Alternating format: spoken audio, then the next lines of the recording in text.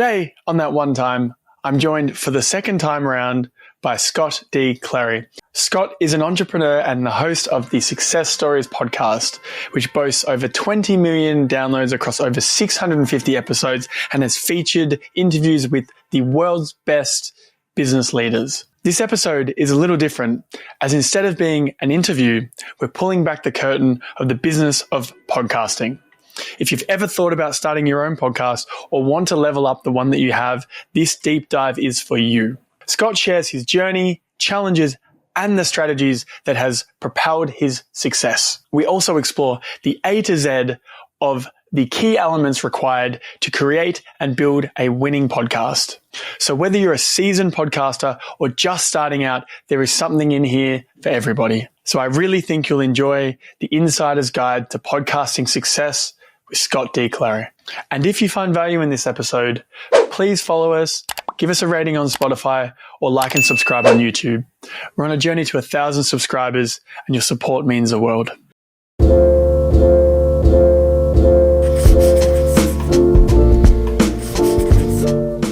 Today we're doing something different. I'm here with Scott D. Clary, who's a friend of mine and the host of Success Story podcast, which to date has done over 650 episodes, 20 million downloads, and interviewed some of the greats in business such as Seth Godin, Grant Cardone, and the founder of Netflix, Mark Randolph, and many more. Scott, welcome back. Thanks for having me back. I'm excited to do this. Of course. It's a part two. Yeah, part two. We're going to be doing a deep dive into the podcast business, how to run a podcast, the stories, the ideas, the directions, some technical analysis. So yeah, let's get into it. So, well, let's start with your story. Where did your podcast begin? How did it begin? What were the early days like versus what's going on now? So the podcast started when I was building a company that was eventually acquired, and the thesis behind the thesis behind creating a brand, which came before starting a podcast. And I actually first started posting content and building a brand, in air quotes, on LinkedIn. But it was about future-proofing myself. So I know that the company that I was building at the time was going to be acquired, but it wasn't going to be like F you never work again money. It was not that kind of exit, not that kind of company. It was listen, it was a season of my life and I'm very grateful for it. But I knew that I had to start again at some point, and I didn't want to have to start from scratch. And I was also a marketer. So you mentioned just before we pressed record that you have a bias towards content, and the Gary Vaynerchuks of the world and the Seth Godins of the world and like the Grant Cardones and all the other people and the Hermosis and all the people that make tons of content. And at the time, Seth was around, Gary was around, Grant was ish around, but he wasn't really considered like a marketing thought leader. He was more of like, he markets, but he was more of a real estate guy. And Hermosi was not really around. So I was a student of Gary Vaynerchuk, and I saw that he built the audience basically just through reps over a period of time. And then he used that audience to launch brands. So then he would launch, he had VaynerMedia, which is kind of what the first business he built with his brother. And then he had Vayner Sports and Empathy Wines, and eventually dropped his NFT project. And he has a ton of other businesses. Some probably have never even seen the light of day. But the point is, he's used this platform to launch stuff. And I didn't know what I wanted to do in the future, but I knew that I didn't want to start from scratch. And I wanted to basically make my life easier going forward. If I wanted to launch a new company, or I wanted to launch a product, or I say I want to do like coaching or consulting or whatever. So that's that New York in the background. Oh yeah, we love it. It's a soothing sound that like makes me feel safe and at home. I miss that sound. I miss New York. But come hang out, man. I have to. New York's a very inspiring city, actually. Every time. So Miami, it's interesting because you have wealth everywhere, but you have wealth, but it feels like nobody wants to work. But you know that when you see all the yachts, that people worked like crazy to get those. But I feel like now people in Miami, they just like the lifestyle. It's so much lifestyle. When I go to New York, I feel so small and insignificant. And you look out over the city and you're just like, shit. Like there's so much I can do. There's doing so much I can with my life. Yeah. And you just feel like you just got to hustle more. And everyone is hustling. Yeah. It's a very different vibe. Anyways, yeah, I go to New York as like a mix of like a palate cleanse, but also just like to light like a fire under my ass every once in a while. Cause I like, anyways, back to the podcast. So yeah, understood that if I want to do stuff in the future, I didn't want to start from scratch. And if I had an audience of people that knew who I was and liked me and trusted me, then I wouldn't have to spend X million dollars on marketing budget to take a product to market. That was really the thought process. So then I was like, okay, so what do I know? What can I talk about? What type of content can I create? I'm not like a big fan of short form video at the time because I didn't really understand video that well. And I didn't think TikTok was a great medium for like somebody who came from an entrepreneur background to really kill it at. I saw people killing it on TikTok and other short form platforms. Actually, I can't even remember if short form was a thing on Instagram when I started. I don't think so. About 6 years ago. I can't remember when. Instagram, it was unlikely. Reels. Yeah. It was just TikTok. It was just coming TikTok. Up. And it was like dancing videos. So I'm like, okay, this isn't the vibe for me. So what type of content would I enjoy to create? Can I figure out how to create? And can I build a system so I can do it and play the long game? Because I've spoken this a lot, but I believe if you do something for an unreasonable amount of time, you're going to have almost an impossible chance of failing at it. If you're a smart person, you iterate through some of the things that don't work and you learn and you improve. So I was like, I had that mindset going into the podcast as well as I would with any business. So I'm like, okay, what's the thing I can do for a long period of time? And I started with LinkedIn because that seemed to be my demographic. I was running sales and marketing at a startup and I understood sales and marketing. I spoke about these types of topics and conversations and hiring and ICP and buyer persona and avatar and sequencing and outbound and inbound. I don't know what any of those words are. You've just said it doesn't matter. The point is it's about driving revenue for companies. And I was leading sales and marketing. I did that my whole career. So this is what I started speaking about on LinkedIn. Obviously resonates with a super nerdy LinkedIn audience. And I am a nerd, so I can call people that. So started there. And I also realized that that's great, but it's not a scalable strategy. So if I write a long post for LinkedIn, it could hit on LinkedIn, but it's not going to translate into YouTube. It's not going to translate into Instagram without some sort of interpretation or some sort of massaging that. So then I looked at podcasts and I looked at, okay, not only is this type of content going to be video content, which is a little bit more engaging, it can be replicated across platforms. It's less lift, in my opinion, to take video and turn it into written content than it is to take written content and to format it into video. Because if I'm already recording the video content, then I can just chop it up and distribute it.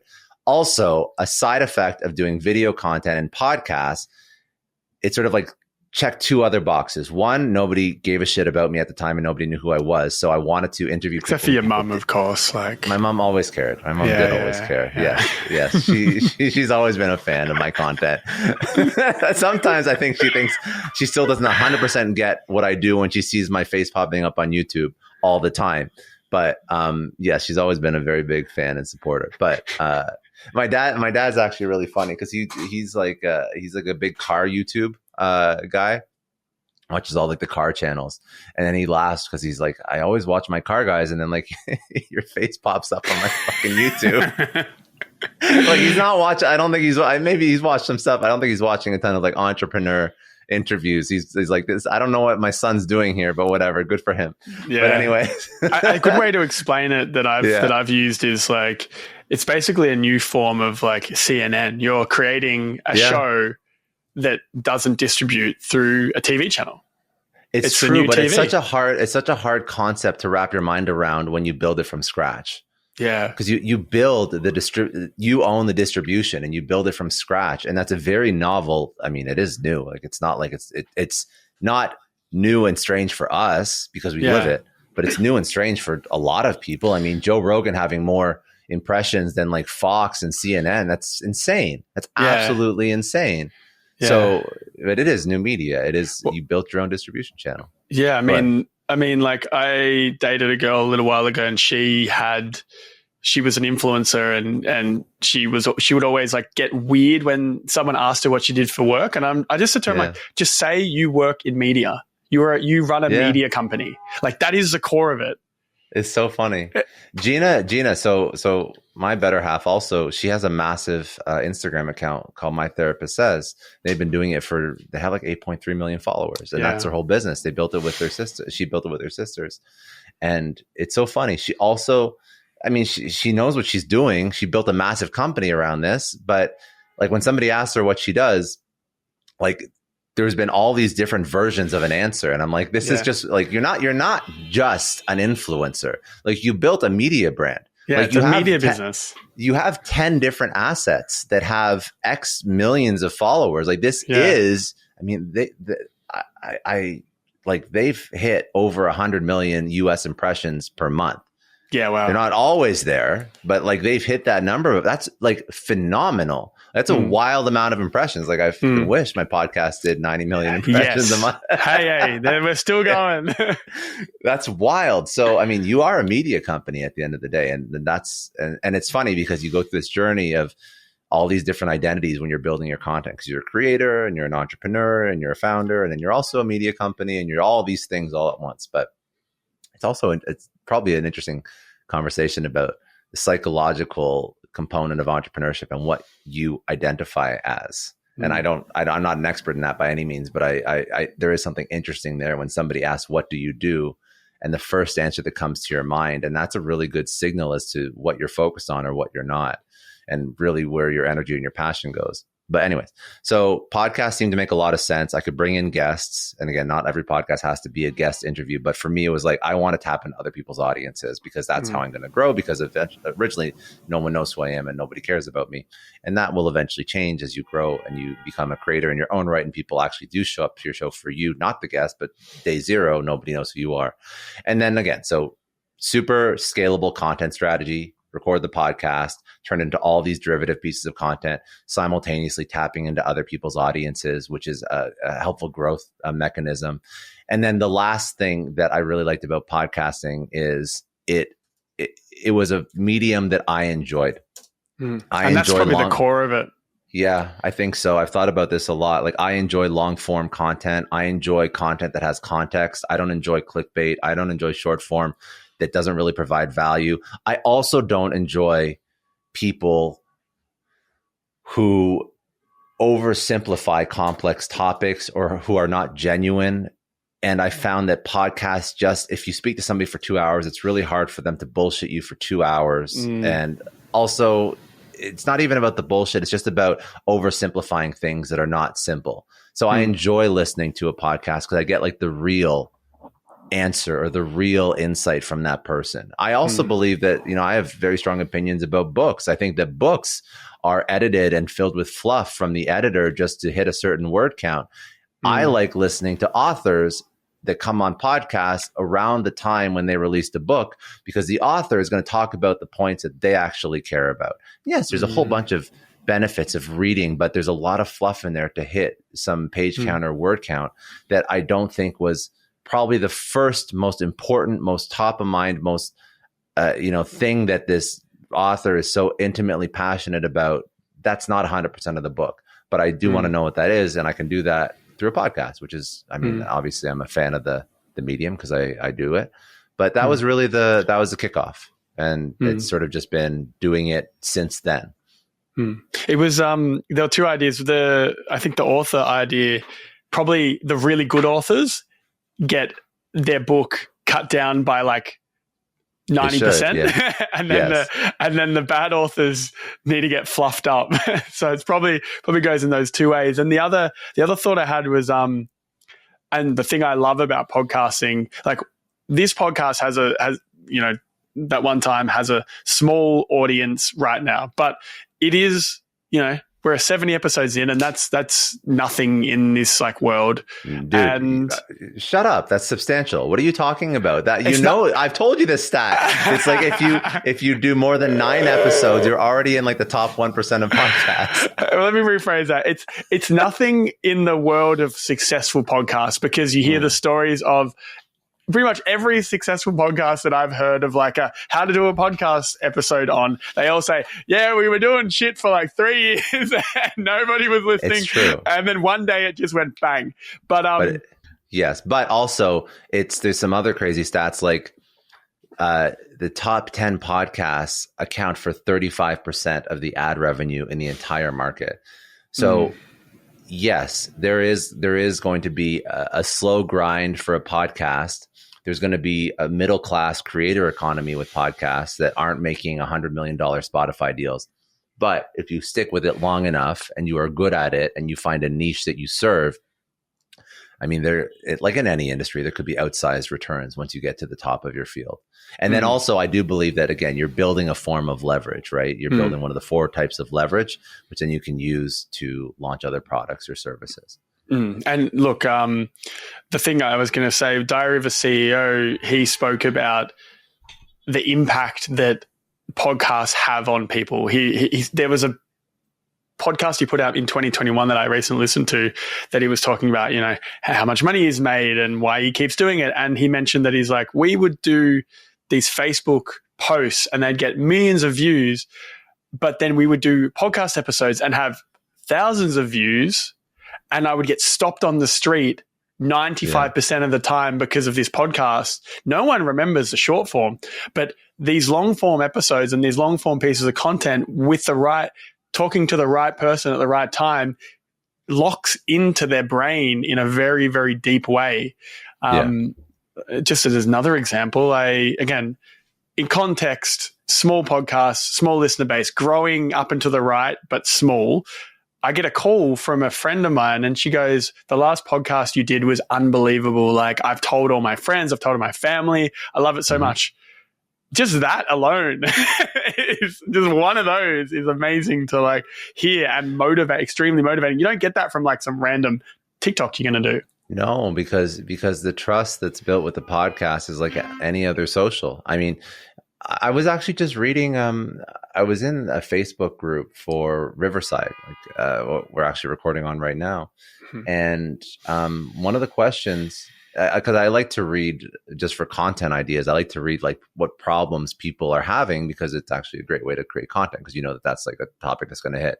And one of the people in the group was saying, I had 2 reels on Instagram that got over 1 million views, and I had it and nothing happened to the downloads on the podcast. So, and also that's a pretty normal situation. If you look at not just podcasts, but long form video or long form versus short form. If you look at a big YouTuber, and long form could be 10 minutes, it could be 60 minutes, it could be like Lex Friedman's 8 hour. Long form's anything over 30 seconds. I listened to that whole episode too. Did you actually? I didn't. Yeah. That's wild. That's too much. That's a long ass episode.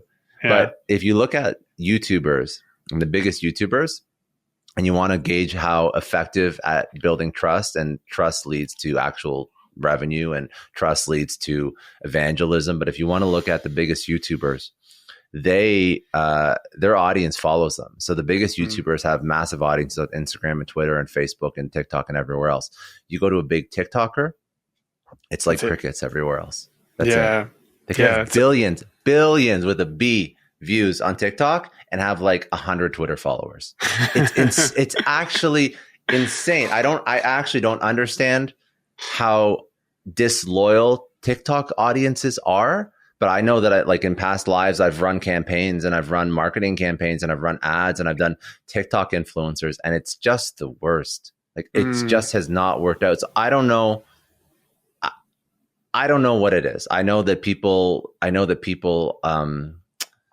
scroll and maybe they just don't build an affinity with the influencer or the thought leader on TikTok like they do. But I see the signals that it's just not an effective trust building platform. It's almost like if you think of social as a funnel, I would say TikTok is at the top of the funnel, and then YouTube could be somewhere closer to the bottom where you're trying to get closer to conversion. But TikTok is just awareness. I want, if I'm using TikTok, I just want somebody to not everyone's going to be a Charlie D'Amelio. I just want somebody to see my face once, and then in a month or 2 months, when they finally stumble across my YouTube or my podcast, are oh yeah, I remember him. Let me see what this podcast is about. That's the conversion. But it's not going to be and then they're going to listen to the podcast and they're going to become a subscriber, or they're going to buy my product or service. But it's not going to be from my experience, TikTok directly through to lifelong fan or high value customer. Well, it's probably because, if I'm thinking this through in any meaningful way, TikTok, there's low intent. You go on TikTok, you're scrolling through a For You page, you're getting fed an algorithm. Yeah. You're watching low intent, low impact videos, and you're not making any personal choice to get to that point. And then the other one, I think the other reason why I think YouTube's very, very powerful is you have to, it's rare you're going to see the same creator over and over again without a follow. So you like someone, you follow them, there's like the first point of intent. And then let's just say a podcast or a weekly video or something. I did an episode, I can't remember with who, but they said that, I think it might have been, I think it was, my brain just went. What? Forget about the person. What did they say? So like, out of my head. Anyway, so I did a podcast recently with a guy, and he mentioned that he would build trust through spaced repetition, consistency over a weekly check-in with his staff resulted in much more trust to occur. And you could do that with your business partners. You can do that with your relationships. You can do that with strangers. So the idea that every time spaced repetition and showing up consistently builds a basis of trust in all components of the human interactions. So if you model that directly to content, that could be a weekly show. That could be, a daily show with Oprah. You're there every day, same time. You're doing a podcast release at 6 p.m. every Thursday, same week, same time. It builds that genuine trust that is just part of the human interaction. But TikTok does not in any form. TikTok is just chaotic. And by the way, that strategy is a pretty common strategy. So even in, again, talk about sales, like you have to have, depending on how expensive your product is, 15 to 17 touch points with the customer before they trust you enough to make a buying decision. So that could be a call, that could be an email, that could be them going to your website. Like, it's not necessarily spaced out in a cadence like what you're talking about. If it could be, that'd be phenomenal. But yes, that's a very common idea, and I think that it's actually very smart for content. And the fact that, again, it's a little bit different if you're trying to structure this idea around somebody buying a product or service because they need this product or service. In content, the thing they need can be found anywhere. It's not like there's 4 or 5 vendors that they have to look at to buy this thing. The thing that somebody needs when they're looking at content could be entertainment, it could be distraction, it could be information, it could be humor. There's a couple different things that people actually need and get out of content. But it's almost just like there's so many opportunities to get it that if you aren't dialed into one person and if you just see them flip through your screen, great, but I can find content just as good, if not better than that person in the next 20 slides or whatever, the next 20 TikTok things. So it's just like it's a commodity. It's just pure commodity, and there's so much of it. So it's just really hard to gain the trust with somebody. Now, the inverse would be if somebody discovered you on YouTube and watches all your content, and then they go follow you on TikTok because they like you and they want to just consume you everywhere and they trust you, but the trust has to come from YouTube first. It's very rarely going to come from TikTok first. Yeah, exactly. So moving into your story a bit further, what was the point of inflection? Well, I think the idea, when I think inflection point, I think something that had to happen that pushed me towards starting a thing. So let me reframe that question. So you started the podcast, it started going, and then was there a moment in time where you saw that it was really clicking? And how long was that? And what do you think pieced it all together? No, not at all. Really? Not at all. I would say that because I don't want people to think that there's a point where it just gets a lot easier. The same workflow that I did in the first week of creating that podcast is more or less the exact same as the same workflow that I do now. Now, what has improved is I'm a better interviewer. I have better guests. I have a better team supporting me. which then creates a flywheel, which drives more revenue, which allows me to promote it more, which allows me to get better guests and hire better people and just do more and better. And I mean, the podcast growth has really been like, just anybody who's listening who's created a ton of content on other platforms usually can equate their success to a viral moment. That's what I've heard from people that have built on other platforms. Like there's like one tweet that got shared by somebody huge, or there was one TikTok that went viral and then you got 50,000 followers. For a podcast, I have found that it is very much like this linear growth, like linear growth. And the reason why that is because there's no organic discovery on podcasts, which is also why I also focus on YouTube a lot. But for the majority of this career, it's been just linear growth. It's so interesting because it's very tough to build a podcast. It's probably one of the hardest things that I've done, but it's also afforded me the most opportunity, and now is one of the funnest things that I get to do. So I don't mind it, considering the fact that I talk to people who I find fascinating for a living, but there was no one guest or there was no one strategy that was like, oh, it's going linear, and then all of a sudden it like shoots up into the right, like some massive bell curve hockey stick growth.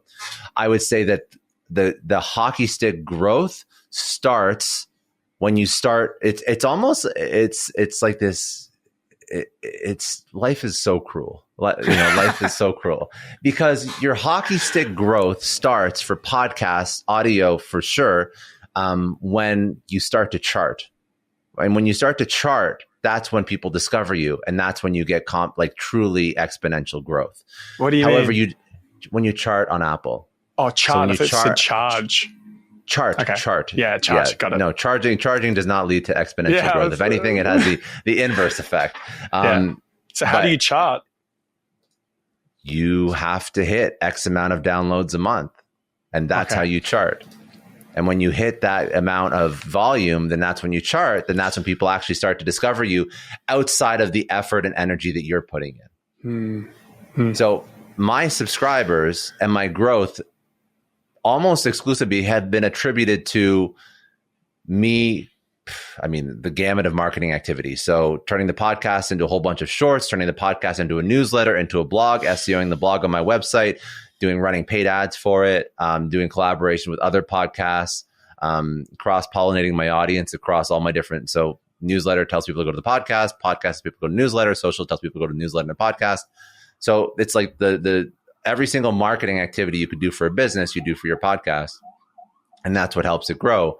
But it's not like there's one particular marketing activity that had outsized returns compared to all the others. So, but it's a very loyal audience. So the audience does stick with you, and the audience does follow you around, and that's a benefit of it. But yeah, so it's tough because I don't want that to be, to turn somebody off from starting it. But what I do want them to do is understand that if you're going to do this, do it for the long game and build a system or a process that allows you, again, to do it for an unreasonable amount of time, 5 to 10 years, because it's fine. It's supposed to be fun. It's supposed to be enjoyable. But if you can stick around for 5 to 10 years and then you adopt some marketing strategies to help it grow, and if you reinvest the revenue that comes from it right back into the marketing and the advertising of the show, you'll be successful. It's not a matter of if, it's a matter of when.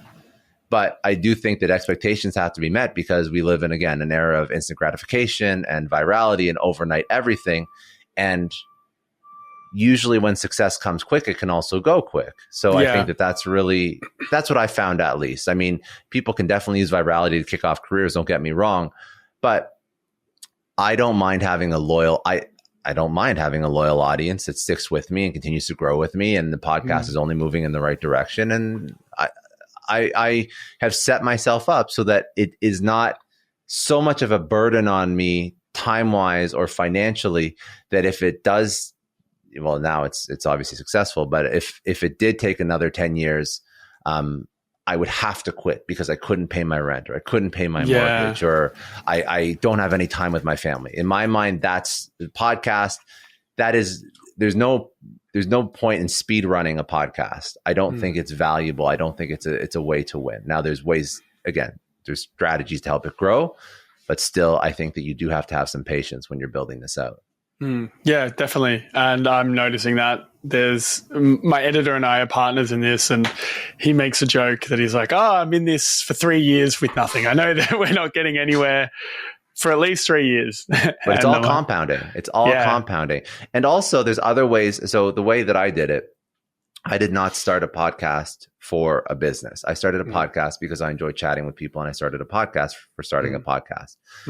But if you have a business, there's ways to leverage a podcast that can better serve your business. So if you have a product or a service you sell, then it can monetize much quicker, right? We're talking about podcasting just for the sake of ad revenue, which is different than having a business on the back end of it from day one. Well, some very interesting conversations are beginning to develop. Like, I have one example of a sponsor that I had that started off as a sponsor, and that relationship is slowly developing, and we're looking at potentially coming on as like equity partners for that brand, with a part of the sweat being incorporating media, which is wild. So you get a lot of opportunities. Buying into businesses through the media channel is a really, really interesting long-term growth strategy for just life. Well, look at 20 VC with Harry. He started a VC focused podcast, and I'm pretty sure that's how he raised his fund. Yeah, and now he has a nice little portfolio of companies. Acquired. Also, I don't know if they use their podcast to raise it. I'm pretty sure. I don't know. I don't want to speak at a line. I don't know if they use their podcast to raise a fund, but I know that one of the co-hosts for sure. I think both of them actually have their own funds. Again, business focused podcast. I'm sure at the very least it gives them access to deal flow because they have such great connections, right? So even if it's not directly like they're advertising, they're raising a fund and they're going out to some of the listeners to raise as GPs. It will give them access to deal flow. And also I know that, the opportunities that you get from doing this, they're huge. I've spoken at Inbound, which is a massive business conference put on by HubSpot for the past 3 years. And it sort of kicked off like a little bit of a speaking career for me. And now I speak at a variety of different spots. And those acquired guys that I just mentioned, again, that's a very large business podcast. And they just did a live podcast interviewing Mark Zuckerberg at the Chase Center in what is it, SF, I think. And that was put on, and that was in front of 10,000 people. And that was put on by JP Morgan, who is their title sponsor for, I guess, this season or last season. So like the opportunities are absolutely huge. And there's going to be ways to monetize and just basically just improve your life in a variety of ways, or build a bigger brand, or whatever you want to accomplish if you start a show. And the reason is because you are just exposing yourself to so many ideas and so many people that the advertising component really, if you zoom out and you look at the impact, it's so small compared to the impact it's going to have on your life.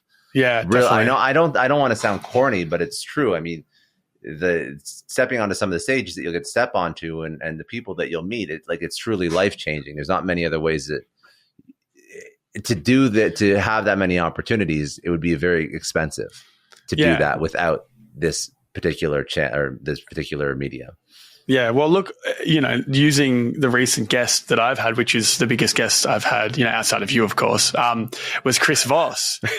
Chris is very well known. Chris is he's massive, right? And that came off the back of, realistically, here's like the list of reasons why he came onto the podcast. And I've read his book. I've done some of his masterclass. I've listened to a ton of his podcasts. Like, he's been on Joe Rogan. He's been on Diary of a CEO. He's been on Andrew Huberman. He's been on Lex Friedman. He's been on, I think, Chris Williamson. Like, he's been on He's been on a lot of spots. And they've all got millions of views on YouTube. He's got a book that sold 2.5 million copies. He speaks for probably $20,000 to $50,000 for an hour. And again, I know you say that I'm in like the top 1%, but as far as I'm concerned with where my goals are at, we are at the 0.5% of where I want this to be one day. But just by the sheer fact that we have at this point, I got to sit down with him, you know, camera to camera for an hour and 15 minutes and talk to him about whatever the fuck I wanted to talk about. I know, it's amazing. And then I get to potentially make money off that. That concept alone is ridiculous. And the thing I said before, it was Chris. That was where the podcast, that was where that idea of like spaced repetition came from, because it came from him talking to about like hostages, like when he's so doing hostage negotiation with the criminals. He would do spaced repetition, the same time building trust. And we spoke about this idea that is that relevant for the rest of your life? And he said 100%. You can apply that to every other element. And that as an idea is going to fundamentally shift how I navigate dating, how I navigate my staff, how I navigate my friendships. Just the idea of checking in, from someone who does this at a high level, to me, and not to anybody else, to me, etches into your brain in a very strange way. And I just want to talk about the story specifically. He came onto the podcast because of a few things. It was, we had a nice branded website.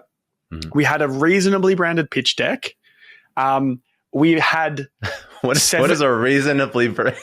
Like, it just looks nice. It's just like, I want to see what a reasonably branded pitch deck looks like after. Nice. It's neat. You've got the pitch deck. Do I have it? Oh shit, my bad. That's right. You did. Well, clearly, maybe the pitch deck doesn't matter. No one reads the pitch deck. But yeah, we have the pitch deck, links with the website, the reasons why the podcasts are clear, like why the podcast exists are clear, like the pillars are there. The pillars are health, wealth, and wisdom. It's like, it's easy enough to digest. The trust is built from that element, and we've done 70 episodes. So it's like not a flash in the pan. He doesn't know who the hell I am before I reached out to him, but we've done 70 episodes. One of those episodes hit and went kind of viral, which means we've had some success. And which one went viral? That was the one with one of the, that one has like 120,000 views on YouTube, and it was interviewing the lead singer of an old metal band from New York, and he turns out he has a crazy story and a crazy viral, like a crazy like diehard fan base. Are you serious? That's badass. A band called Biohazard. So cool. And the episode is hilarious. I'll send you it later. But the episode itself is and this is a funny point. When I did that episode, right, it was really hard to get him on because he lives in Tulum. He's in his probably late 50s now. We randomly met because I was in Tulum for 2 months. We kept crossing paths. He takes a call on his laptop without a mic, sitting on his like rooftop overlooking the jungle in Tulum. He's vaping. He's topless, full of tattoos. That's so funny. He just doesn't give a shit. I love that. Doesn't give a shit. But I thought to myself, this episode is going to be like really rough. And then it's the one that popped. So you don't know when it's going to go. Yeah. That's another thing. It's so true. It's so true. And then so to your point or to what I mentioned before, but you still have to work at it because not all 120,000 of those people are going to listen to the next one. No, of course not. But it's just a moment in time that shows a person that I don't know that, okay, this guy's worth at least considering. And then I had a good cold email. I found his email on LinkedIn, emailed him. They said yes. He came on. So it was you didn't talk to him in Tulum? No. Sorry, no. This is Chris Voss. I didn't talk to him. Oh shit! Okay. It's going back to the Chris Voss thing. Okay. Yeah. I knew the one that went viral, but getting back to Chris Voss, like there's a little bit of success, and then it's a well-structured cold email that clearly shows value, and that this has been done a number of times, and it's not a complete waste of time. And considering what they would want out of it, which was content. They, I said, you can license the long form, you can have the clips. I don't care. Like if that's what you want, you can have it. All I want is to speak to you. And he came on, and you just got to move fast. Like he's like, when do you want to do it? Here's my link. Book it in. Done. No fucking around. And that in my head, probably 5 years ago, version of me reading Never Split the Difference would never, ever, ever have thought that I would be speaking to him. And that's a podcast. I mean, I've had a lot of moments like that.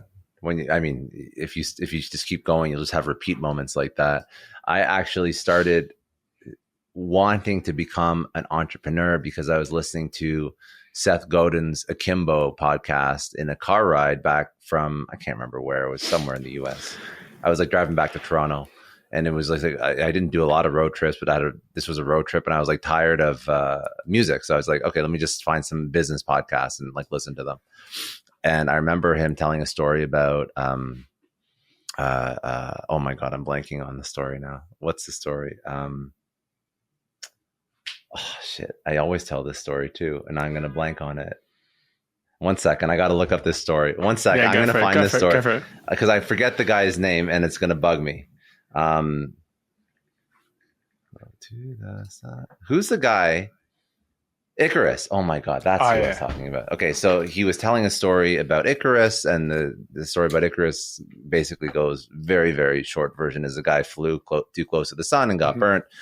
But like Seth Godin was kind of like tongue in cheeking it, saying like, hey, if you're going to be an entrepreneur, and these are not Seth Godin's words because he's a poet and I'm going to bastardize and butcher everything he says. But basically Cole's notes was, he said, listen, if you're an entrepreneur trying to build something, don't worry, fly close to the sun. You're not going to get burned. And I'm like, oh, it's so powerful. Goosebumps.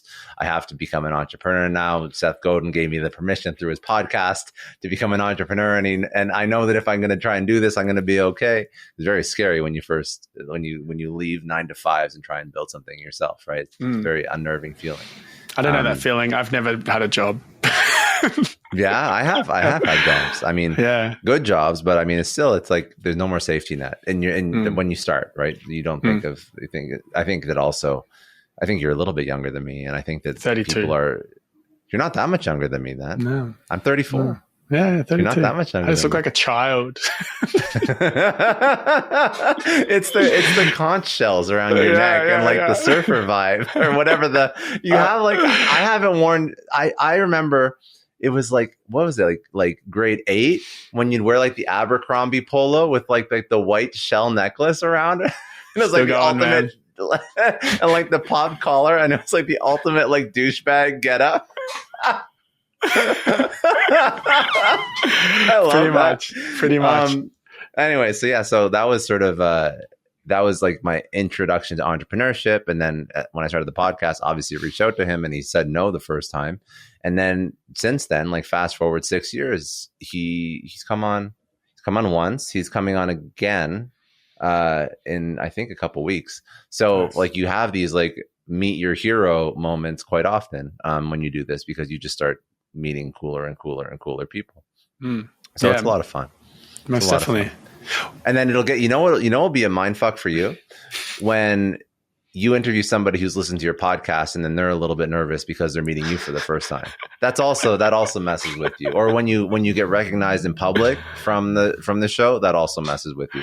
That's so funny. I'm ready. It's fun. I'm ready. I've been training for this moment my whole life. Practicing your autographs. And,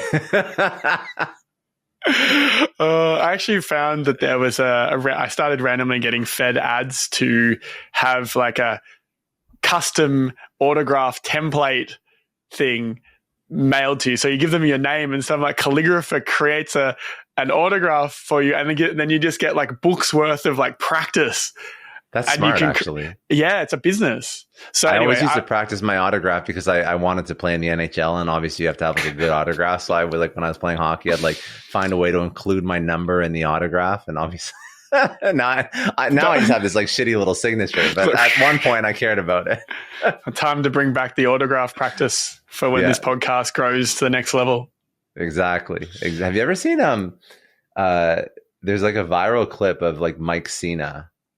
signing all of his own merch before like WWE whatever events, and he like would sign like 10,000 pieces of his own merch. But you mean John Cena? John Cena. I'm like, John is Cena. that his little brother? My God, John Cena. Oh man, it's a Friday. Yeah, no, you're okay. I am shocked that I'm doing this much of a deep dive on podcasting on a Friday, but then I realized I'm just bullshitting half the time. Yes, John Cena. My God. I don't know who I was thinking of. So he signs all his own merch, and he was like, there's this viral clip of him signing like, it was like 10,000 pieces of merch, and it took him like it was like an hour and a half, and he's just like, his hands like killing after. So you know what? I can only hope and pray that one day I have to deal with problems like that. Yeah, that's a crazy problem to have, isn't it? But there's always problems, regardless of what you're doing. There's always challenges. You're always doing that's true. Strange. Those are very good problems to have. Definitely. Hey, look, I want to deep dive a bit more into the podcast business itself. We've spoken a lot on a high level. So you mentioned there's different pillars of content. So what are the different content pillars? So in terms of just like where the podcast topics. goes after goals for people. Sorry, what are the different reasons why people listen to content in the first place or view content? Like entertainment, etc. I think that there's a few reasons why people listen to content. I think that deep down, their reasons they probably stem from social interaction or it's probably social interaction, financial betterment, something along those lines. Because if I think about why do people listen to content? Yes, they want to learn, but why do they want to learn? They want to learn so they sound smarter with their friends, or they want to learn so they get the next promotion, or they want to learn so they can start a company. Like there is some motive and incentive there to learn. If you think about humor content, well, why do people watch humor content? They want to be entertained. They want to seem funny to their friends when they share a meme. And there's also just information where people want to sort of seem in the know. So there's always, if you're going to create content, you have to think about how is this accomplishing some sort of objective or motivation for the person who's listening to it. It doesn't really matter. There's no ranking of which motivations are better or worse. Makes no difference, but know that it has to tap into the motivation of a person. Like, what does that person want to accomplish? And it's okay if that person wants to upskill and be smarter, and maybe, they want to get that promotion. They want to have more to talk about when they're at a social event, whatever it is, that's fine. But you have to know what that is, and you have to serve that to them. And I think that's why there's only so many types of content that really resonate. I mean, it's news, it's entertainment, it's education. That's pretty much it. Like if your content doesn't do one of those three things, it's not gonna really hit home with anybody. So that's how I think about content. Obviously, I chose education, information. That's the type of content I enjoy doing too. Like it has to be something that you actually enjoy speaking about. I've thought about this a lot. I look at humor podcasts and stuff that grow so quickly, and it's frustrating because it seems like guys just like bullshitting and whatnot. But is it something that you want to do? Is it something that you want to create? And it's not easy to create that kind of content either. The energy and the charisma and the personality you have to bring to that's a very different skill set than being able to interview somebody and pull out wisdom and insight. So it's just as difficult. It's just a different kind of content, and you have to decide as a creator, what do you want to create? And for me, this was the type of content I wanted to create. And I think that ties back to, can I stay in this game long enough? If I was doing content that I felt was not fun for me to create, or not exciting, or was not aligned with who I am as a person, I don't think I could stick with it long enough. Yeah, exactly. I really don't. Yeah, you have to love it, and you have to love doing it without being paid, because you won't be paid for a long time if you want to make this a career.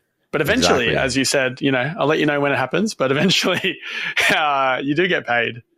Well, you said you had a sponsor, no? We've had two. Yeah, we've got two. We've got a current live sponsor. What? So you got paid for your content. I guess I got paid for my content. Does that make you a professional the moment you get paid for your content? It does make you a professional the moment you get paid, yeah. Let's fucking go. Well, listen, dude, I'm taking a sports analogy. I think the second you get paid for something, you become a professional. Okay. Well, I'll take it. So on that note, when should you start a podcast? Yesterday. it for everybody? Like, why should you start a podcast as a person? And then when should you start a podcast if you think the why is there? I think that we spoke about sort of the types of content that hit home with people. I think that as a creator, you have to decide what type of content you enjoy creating. I chose podcasts because I like talking to cool people. And I also knew that it fit into, like, my marketing mind knew that it would fit into my content distribution strategy, and I would achieve success quicker because I knew that I could leverage that pillar content and distribute it everywhere. Mm-hmm. However, I was comfortable with audio and video and interviewing people and doing the research and turning the long form video and then doing the post-production and then editing it and then turning it into a newsletter. I was comfortable with all those things. So you did all of that yourself? I did everything myself. You still do that? No, not anymore. No, I have a team. I have 5 people. I have a CMO, and he has 4 people do post-production. What was the lift? What was the lift on all of the, like, filming, editing, uploading to all the channels? Yeah. I'd say about 8 hours per episode to do on my own. It's not a crazy amount, no. No, I was pretty good. I mean, so just to give context, me being entrepreneurial and working in, like, startup environments has been a huge advantage to the podcast. Like, it's not even a question. Like, I have done almost every business function myself at some point, including up to not coding app, but coding websites. Mm-hmm. So yes, I'm not a developer, but I can audit code. I can see if something doesn't work or doesn't make sense, or if there's hygiene issues with it. I would code my own websites, which is really just HTML and CSS, but still, that's more than some people. I would do my own P&Ls. It's not very difficult now with Cursor and Claude and but keep in mind that, like, I didn't have any of that when I was still building, right? I was using, like, WordPress. The point I'm making is the excuses are even lower now because there's so many ways to do this very quickly. Yeah, 100%. But, like, in startup land, I've done the technical side, financial side, owning a P&L. I've hired people. I've put out job postings. I've set up all the tools, all the software, like SaaS tools that a team would have to use for basically any business unit. I've set up the marketing campaigns. I've set up like the ads and done the targeting. I've done the sales sequencing. I've done the sales call. I've done it all. I've done everything. So for me, it was like, okay, what's the type of content? I already know how to do all the tasks associated with distribution and growing an audience. So what's the type of content I like to do? If I wasn't sort of like this startup in the weeds person, then maybe podcasting video is, like, very overwhelming for me. And maybe I just want to write, which is also cool. But the point is, you have to understand your strengths, right? Your strengths. What is it? The Ikigai, which is, I think, like, your strengths, what the market needs, and what you can monetize is a rough something along those lines. Yeah. Ikigai. Yeah. It's like basically you see some Venn diagram of what you're good at, what the market needs, and what you can monetize. And this made a lot of sense for me. Now, again, if we're talking to all creators, maybe you find that your content or the type of content you like to make is more short form content, or maybe you don't like being in front of a camera. Like Gina, I mentioned, my therapist says earlier, she does memes, and they built this massive media portfolio of companies that have a whole bunch of memes, and they started their account when there was like Betches and Fat Jewish and Fuck Jerry and all these meme accounts, a lot of them in New York. A lot of people in New York know, my therapist says it's one of their largest audiences. Actually, if you talk to most women in New York, they'll follow, my therapist says, or I'm not joking. You do it as an experiment. But if you don't like putting your face out there, there's an option. If you don't like putting your face out there and you're a great writer, start a newsletter on Substack, Beehive, ConvertKit, whatever it is. So yeah, you got to figure out what you're comfortable with, because what you're comfortable with is going to tie back into the first idea that I had, which is you're going to be able to do it for a long enough period of time. Yes, there is something to be said for pushing yourself outside your comfort zone. However, pushing yourself outside your comfort zone to take on a brand new thing when there's not even money involved, I'd say is not just pushing yourself outside your comfort zone. I say that you're almost setting yourself up for failure. So I would say, there's Ikigai right Here we there. go. Yeah, Ikigai. We've got what you're good complicated, what you love, what the world needs, and what you can be paid for. So basically, the passion is what you love and what you're good at. Mission is what you love and what people need. Vocation is what you can be paid for and what people need. And then all four are the combination. That is your Ikigai. Perfect. So now we know what Ikigai is. Now we know. But yeah, I would say that's my best advice, because you can make a living doing anything as a creator. But again, how do you make a living? You have to stay in the game long enough, which means you have to do the thing that's already going to be tough work with as little friction as possible.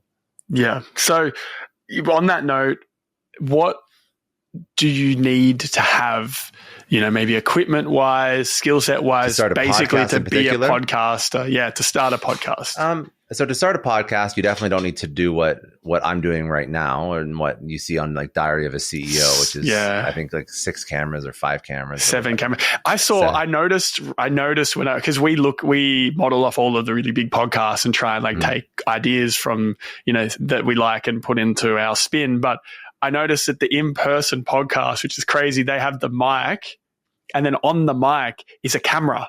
I was like, that's such a good idea. So there's a mic and there's a camera pointing. Yeah, it's like a mini camera pointing to the other person on the other side. So there must be some form of like housing that allows a mic and a camera to exist. What's the shot? What's the shot? The shot is like the front from like face to face shot, if that makes sense. Oh, so yeah, the mic's okay. there, goes that way, and the camera shoots to the guest, and the other camera shoots to the host. And it's like I've never seen them cut to that angle. You'll see it now. If you look at the new ones and you look at like the setup, you'll see it if you really look into it. I was like, that's a brilliant idea. Anyway, that's smart. That's very smart. So that would make it so that, because they have one camera on a track, which I have, and then they have 2 cameras. And then I think they have another 2 cameras. So 1, 2, 3, 4, 5. And then, then the mic cameras would be 6, 7. 7 cameras. 7 cameras. So I that's did not what you need to start. No, you don't need that. But this guy had a different goal. Like, he already made his money. He didn't give a shit. Yeah. He was having fun with it. He was like, if we're going to do it, I want to do it. I think he said in 2021 in that deep dive episode he did, he's like, we spent $100,000 on our setup, or like 80 grand. Some just a big number.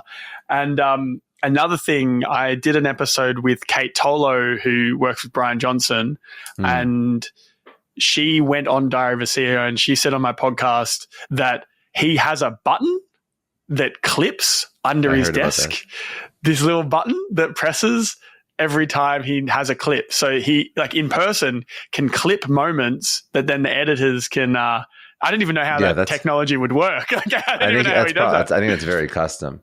He would have something. He would have to. Well, it depends on the but you can feed information back to the cameras if you have the right setup. Like if you have like Blackmagic cameras and Blackmagic mixer, I think you can feed information back and forth. I'm like technical enough. I'm not that technical, but that's very interesting. But so to start, you don't need any of that. I mean, to start, I would say audio quality matters. So you can get, no, it's all put away now. You can do like, what's that?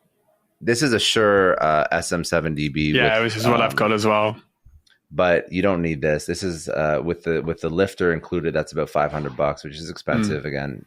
But there's the little, oh my God, Yeti, the Yeti mic, which is kind of like the de facto starter USB mic. That's a good start. There's also a Shure mic, which is like $180. It's something cheap. Yeah, there's also a Shure mic that is USB, because this is XLR. So you could get a Shure mic that's USB that plugs right into your computer, which is also easy. This is what I'm doing. So I bought, after the recommendation from you, you said to get the Shure SM7B, because I was on the little Rode mic. Yeah. And it just didn't sound as good. This is the Shure SM7B, not the DB, because the DB has like the lifter, and then I bought a separate lifter that also turns into a USB-C, and then that USB-C goes into the laptop. Yeah, so that's perfect. So it sounds great. Yeah. And I think if I remember the first time you were pitching when we first started, then I had to get you to turn down your volume. Yeah. I completely fucked it up. Yeah.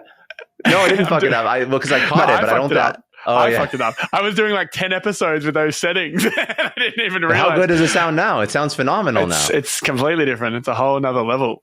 Yeah. That's so yeah. So I would say, listen, USB mic, Yeti is fine, or you can go a little bit more expensive. I personally recommend that you always start with video, because then you have the content to clip out.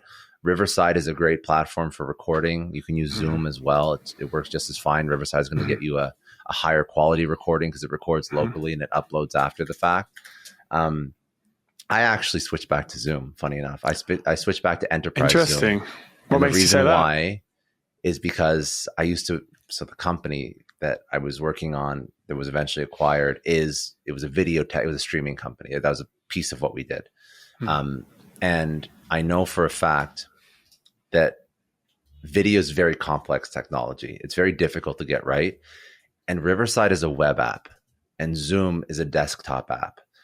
And the difference between a web app and a desktop app is maybe about like almost insignificant latency, but significant enough that it ruins the natural flow in some cases of a conversation, unless your internet is exceptional.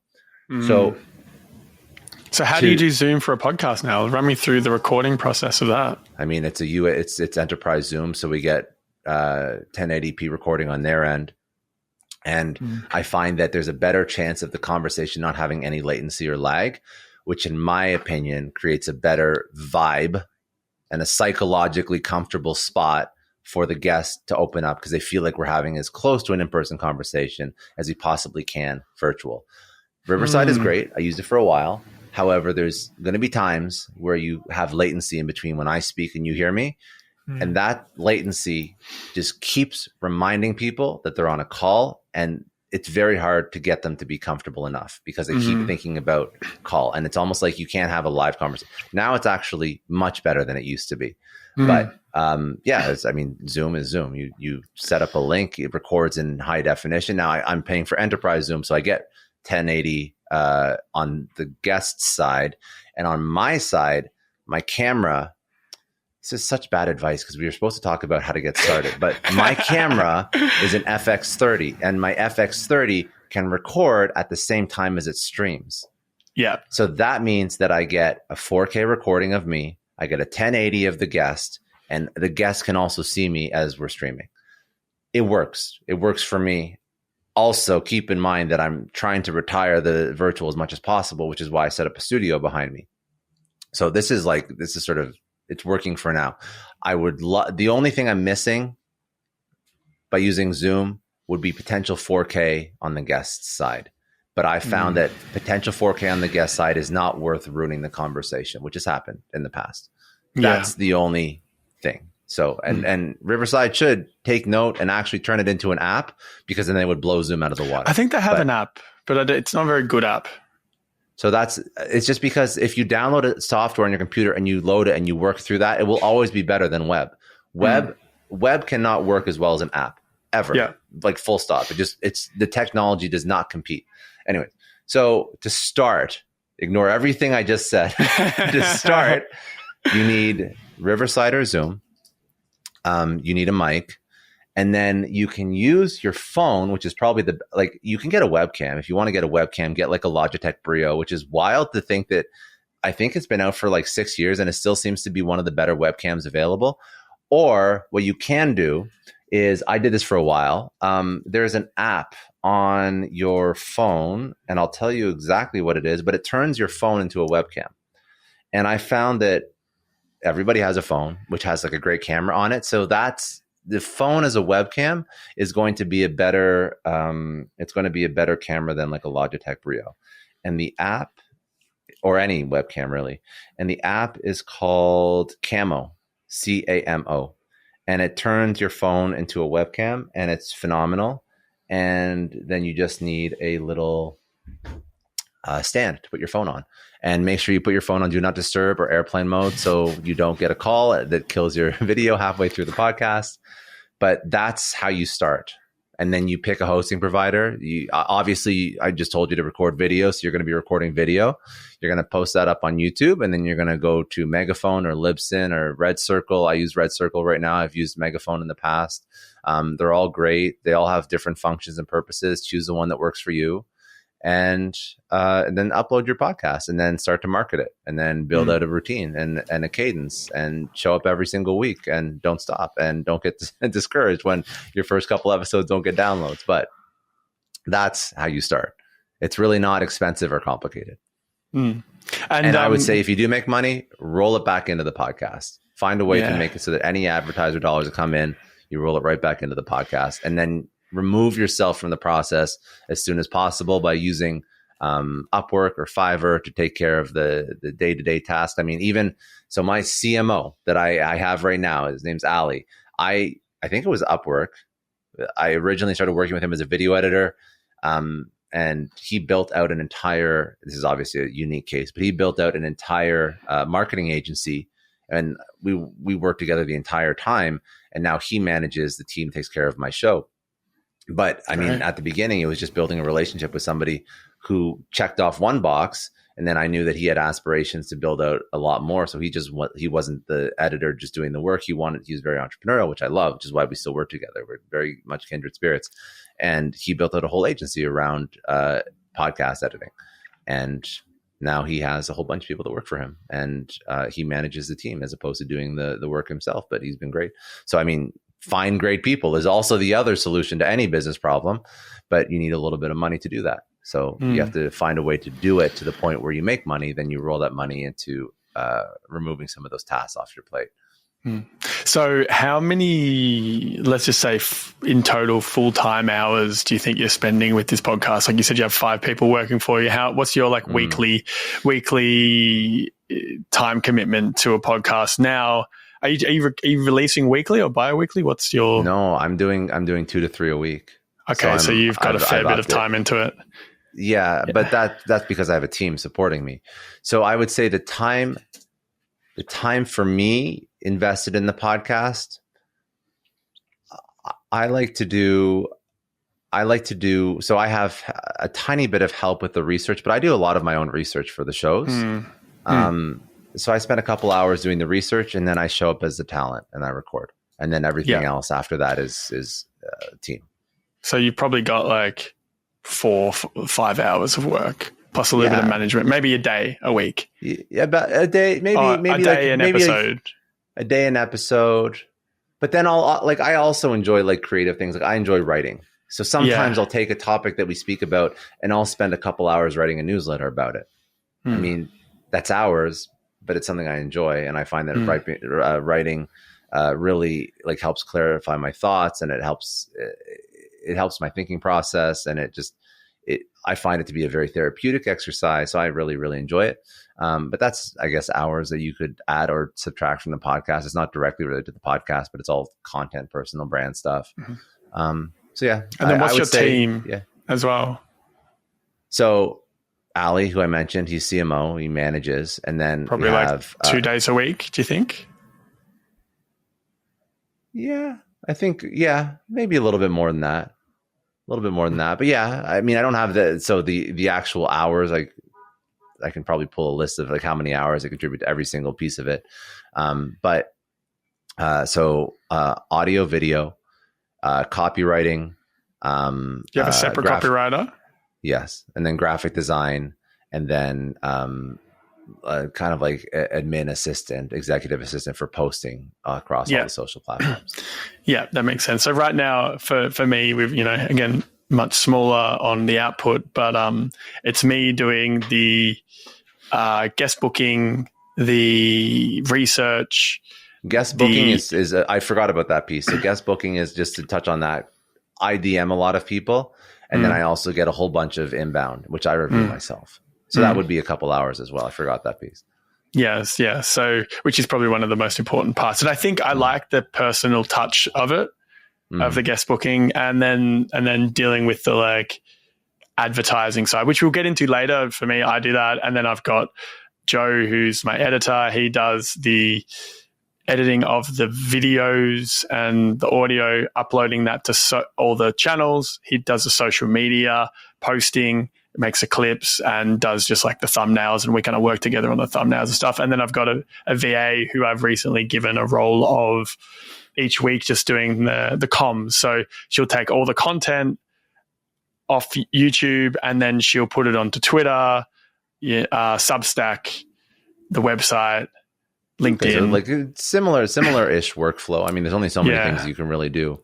But the standard is probably a bit lower because, I've got a VA that's doing it through ChatGPT. She's not going to be writing, and I don't have the space to hire a writer. No, I know. But I mean, like, the jobs to be done, and what again, there's even points like now when I have to step in and help out with something, I just try and, again, this is less of a podcast discussion, more of like a hiring the right people discussion. But Ali, in my opinion, is like an A player kind of hire. He's very entrepreneurial. He is building his own business, which is fine, obviously, because he's not full time, but he spends a lot of his time dedicated to me and the show. But I enjoy that because he's always upskilling himself and he's always learning himself and he's killing it. And then when you have people like that working for you, they're going to hire other people that are also A players. So, and so then again, it's not like been all easy. It's not like we haven't made misses on who we brought into the company. But ultimately, if you hire if the person you hire, the C-suite, the direct report is an A player, they're only going to be comfortable with other A players, and then it's just going to help you build a healthy organization. So I don't micromanage at all. I actually ask Ali and the team for ideas if we want to do something, and he comes to me even without me asking for like different ideas that he wants to try, and I'm like, yeah, sure. Like it's just the people make or break an organization. That's not unique to podcasting, but I think that's also why you should always be hiring, like always be looking for new great people. Just quickly though, I want to talk to you about a taboo but very important topic: sperm health. I bet you didn't think I was going there. One day I want to have kids, and like any future parent, I want to give them the best shot at a healthy life. But let's face it, we're at a war every day with our health in this modern world. Chemicals, microplastics, and artificial environments are wreaking havoc on our internal systems at every turn. And if you know me, I'm obsessed with health, and the health of my swimmers have been on my mind for a number of years. That's why we've partnered with Legacy, who are changing the game in at-home sperm testing and freezing in the US. Did you know that globally, sperm counts have dropped by 50% in the last 40 years? Let that sink in for one moment. This is not just a fertility problem as well, because low sperm quality has been linked to a high risk of testicular cancer, heart disease, diabetes, and even early death. And on top of that, your sperm quality begins to decline around age 30, and by your 40s, the risk of infertility and having a chance of a child with neurological disorder begins to go up. So testing and freezing now may be the best decision I make for my future family, and potentially you too. So Legacy makes it easy. They send a kit straight to your door. You do the business in the comfort of your own home, and in 48 hours, the results are on your phone. Plus, you can freeze your sample at 2 secure locations for peace of mind. So if you're like me and you want to be proactive with your future, as well as support the podcast, head over to givelegacy.com and use the code TOT at checkout for 10% off. That's givelegacy.com using the code TOT for 10% off. Thanks for listening. Now back to the podcast. So you mentioned 2 to 3 episodes a week. What was the reasoning behind doing that? Because we can do it.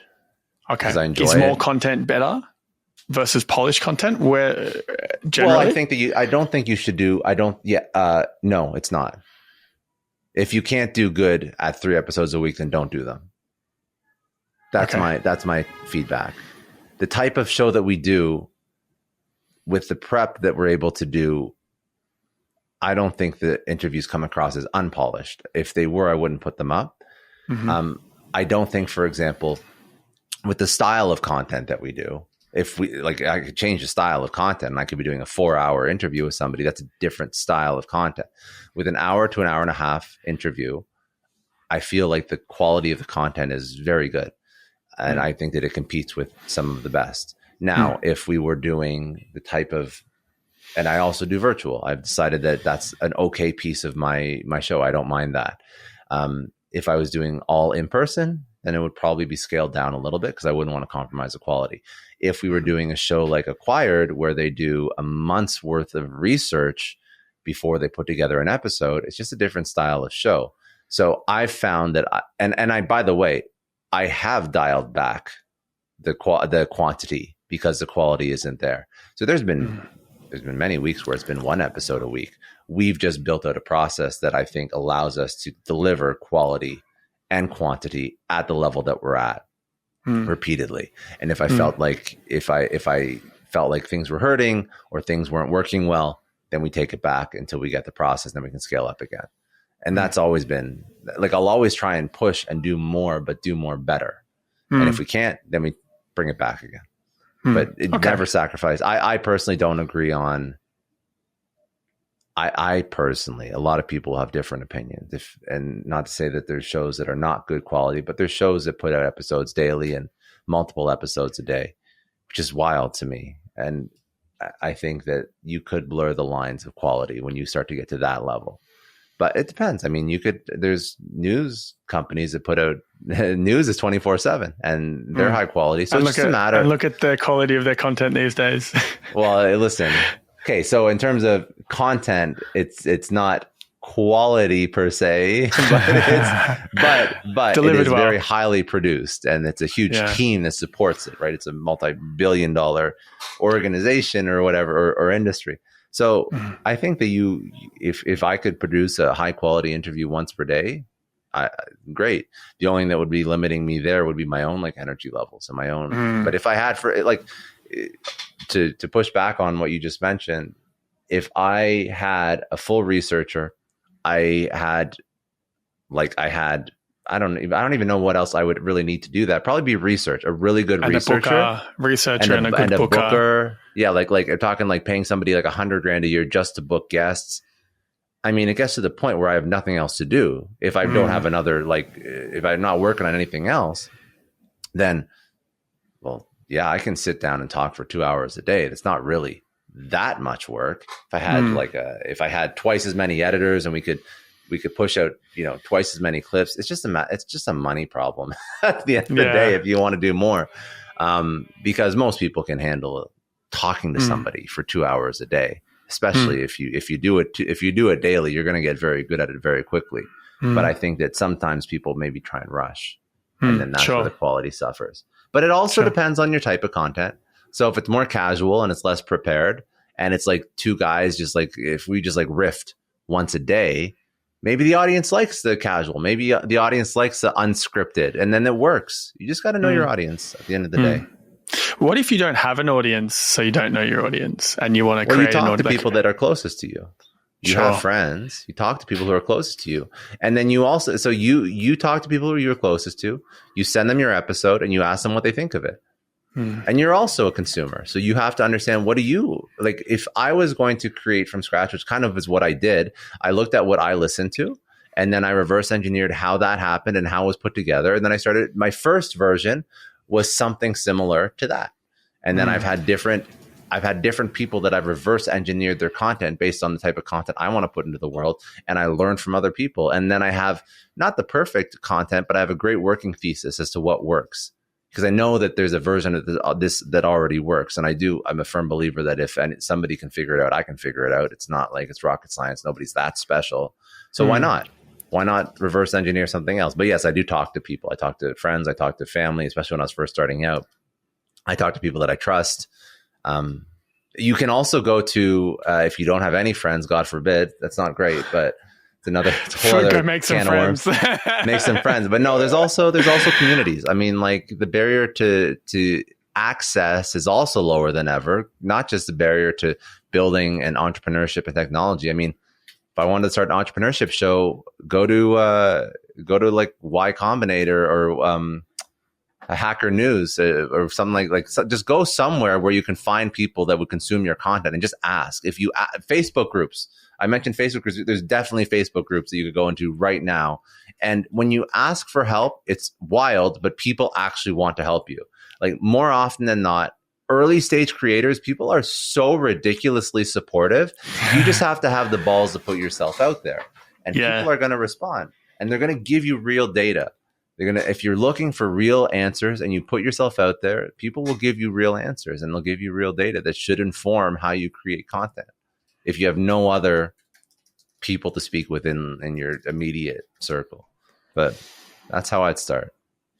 On the note of starting, do you, just from my story side of things, and then that'll prompt potentially your thinking, but before I started the podcast, like launched the podcast into the world, we'd agreed that we were going to do a podcast, and then we filmed the first 12 episodes before that, just because I read somewhere that most, like 90% of podcasts don't make it to 10 episodes. So I'm like, all right, we're going to beat that by doing, before we even start, I'm going to do film 12. What are your thoughts around how to go before launching? Like, do you just start with one and see what happens, or do you like build out a content library and then launch? What do you think is a better way to do this consistently long term? I think for most people, batching content is a very smart idea, because I think for most, batch creating content before you start, or even batching content after you start, meaning you set like a day up and you do 4 interviews. I think batching content in general is a smart idea, because I think that most people, not all people, but most people are very bad with their schedule, and life gets in the way. And when life gets in the way, you prioritize the things that are urgent and important, and you don't prioritize the new thing, the thing that really doesn't benefit you at all. So again, this sort of brings it back to like setting yourself up for success. If you're going to set yourself up for success, what's the action you have to take to reduce the chance of you failing? So I think 12 episodes is smart, because you know what it does? That third week, it's momentum. And that third week in, when you start posting and, oh my God, I got to pick the kids up, and oh my God, like I have to like work overtime or whatever, or just life happens, or I got a cold, you know what you still have? You have a podcast to post. So you're not going to kill the momentum right away. Now, do you need to? No, of course not. I mean, you could just record a podcast once a week and post it, and you just hope that life doesn't screw you over. You just have a discipline to set time aside. But if it's a new habit, I'm sure that James Clear would have a little bit to say about this, but if it's a new habit, like you have to find a way to set yourself up so that the new activity actually turns into a habit. And I think that taking the activities that reduce the chance of you failing, that's how you win. I mean, if you want to go to the gym in January, well, first, or if you want to work out, you should probably get like a gym membership first, and then you should probably set some time aside and let people know that on Sunday afternoons I'm going to go to the gym. And then it would probably help also if you pick the gym close to your house. You just have to set yourself up for success. So yeah, batch episodes, because it just reduces the chance of you failing and just giving up.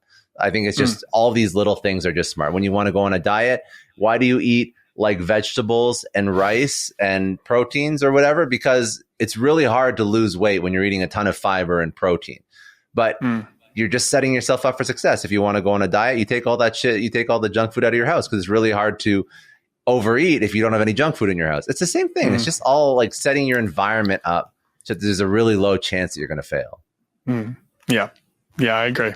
And quickly jumping into some more specific stuff, the editing process, editing the video. What's the process for you guys on editing the video and audio? Yeah. So we don't really, so we record in Zoom. I take the raw files, keep in mind. So I'll download the Zoom recording. And by the way, if there's something that I didn't go into in depth enough, feel free to like go there again. I'm in it. So I never know. You probably experience this too. I never know if I'm being too high level or going too much into the weeds, because I just live it every single day. So for me, this is very normal. Yeah, it's basic for sure. But for Zoom, download the recording, transfer the file, which is now like a massive file from my camera. So it's going to be like 100 gig file, which is 4K. This is an interesting point. What's your data management tools like to upload to get to your editors not locally? Because this is where I'm getting in a lot of trouble. Like Google Drive is really difficult. It uploads poorly. It's a whole thing. So what I do is I take the memory card out. I transfer the file, because I don't upload during the day. I could use a second computer. That would probably be the best way to do it. I don't bother with that. I take the file, I move it onto a 4 terabyte SSD drive, and I'll put that in a folder with my audio. So I actually record my audio through Premiere Pro. I record my podcast through Zoom. That's where I capture the guest's video. Then I record my video through my camera. Take all those 3 files, put them into a folder, put them on a 4 terabyte SSD. And I have them right. I have like a ton of these. Oh, yeah, I've got a couple of those. Unlimited amount of these everywhere. Yeah. And I take that and then I plug it into my computer when I go to bed, and then I just upload all the podcasts that I've recorded. And I've used to what program? So there's two program? that I use. So the more expensive one that I use is pCloud. It's just another. They're all the same, really. It's just a matter of how much they are. So pCloud is the more expensive one. I've never had issues with Google Drive. I just find it incredibly expensive, especially for people starting out. And then there's another one called Sync, SYNC, and I paid some ridiculous price for lifetime unlimited storage on that. So upload there, and that's where the editors pull the clips from. pCloud is very good as well. The only reason why I use Sync now is because my files are huge. So it's really getting hard to find a cloud service that isn't going to cost me like thousands of dollars per month to store all those files. And keep in mind, I don't delete files, not because I'm a hoarder, because I actually do like to have so all the episodes I've ever done, they're stored locally on these here, and then they're also stored in the cloud. How do you search? How do you track and manage where the episodes are in the by year? SSD? By year. Yeah, just by year and by guest name. Okay. I mean, and then when you fill one up, you just write it down. You go, that's going away, and we get a new one. Exactly. You put a sticker on it. Exactly. Yeah. It's not that complicated. It's good to know though, because these are challenges. These are challenges people will face it when they begin to scale and when they get more content. For sure. And I do like holding on to the old content in case I want to pull in case I want to pull clips from old content. I mean, it may never happen, but for me, one SSD drive is going to last me a year or a year and a half. Right. Yeah. So whatever. I think a 4 terabyte is 220 something like dollars like that. So $200 a year for this is it's full time now. I'm doing this full time. And keep in mind, most people starting out are not going to have 100 gig files. No. Right. If you are doing Zoom and you're recording and you're not recording locally to a memory card, you are going to have 700 meg, maybe 800 meg files max. They're going to be so small. Do you use Autopod for the podcast? I do not, actually. Okay. I know Is there a reason for that? For the edits? Because I don't want my editor to get lazy and miss a part. Okay. That's really it. Yeah. So That's just for those that are listening, Autopod is an add-on to Premiere Pro that basically uses AI to do the clipping between the audio video of the different people in the podcast. And it just does it in 5 seconds. And it's funny you say that because Joe, my editor, has said, I'm not using Autopod for that exact reason. He's I build out my trailer off the back of watching it normally. And that's true too. That's a very good point. He's not going to know what to put in the trailer if he uses Autopod. But what I'm more concerned about is he uses Autopod, and humans are humans. And if you use Autopod, you're going to be why am I rechecking this? It already did it. Even though you know that there's a chance that it screwed something up. But when you watch the whole thing, you're going to know. And first of all, if you watch the whole thing, you're going to know if there's any parts you should clip out. We don't really clip much out, but just in case, I mean, there's times when a doorbell rings and the guest has to go up and get the door. I mean, life happens. So you just want to make sure that there's no weird edits. Autopod's good, but it's not. It's good if you have an editor that is going to go against their human nature and still triple check the shit out of it. But I find that, I don't know, I like somebody reviewing it. It also helps me create the really good intro, which the editor does. And if I ever want to pull out clips from it, then the editor, I'll be hey, can you give me 2 or 3 reels from the show? The editor is going to know where to go. If not, you're not going to know where to go. So it's just, AI is good, but there's some things that I trust it with and some things that I don't.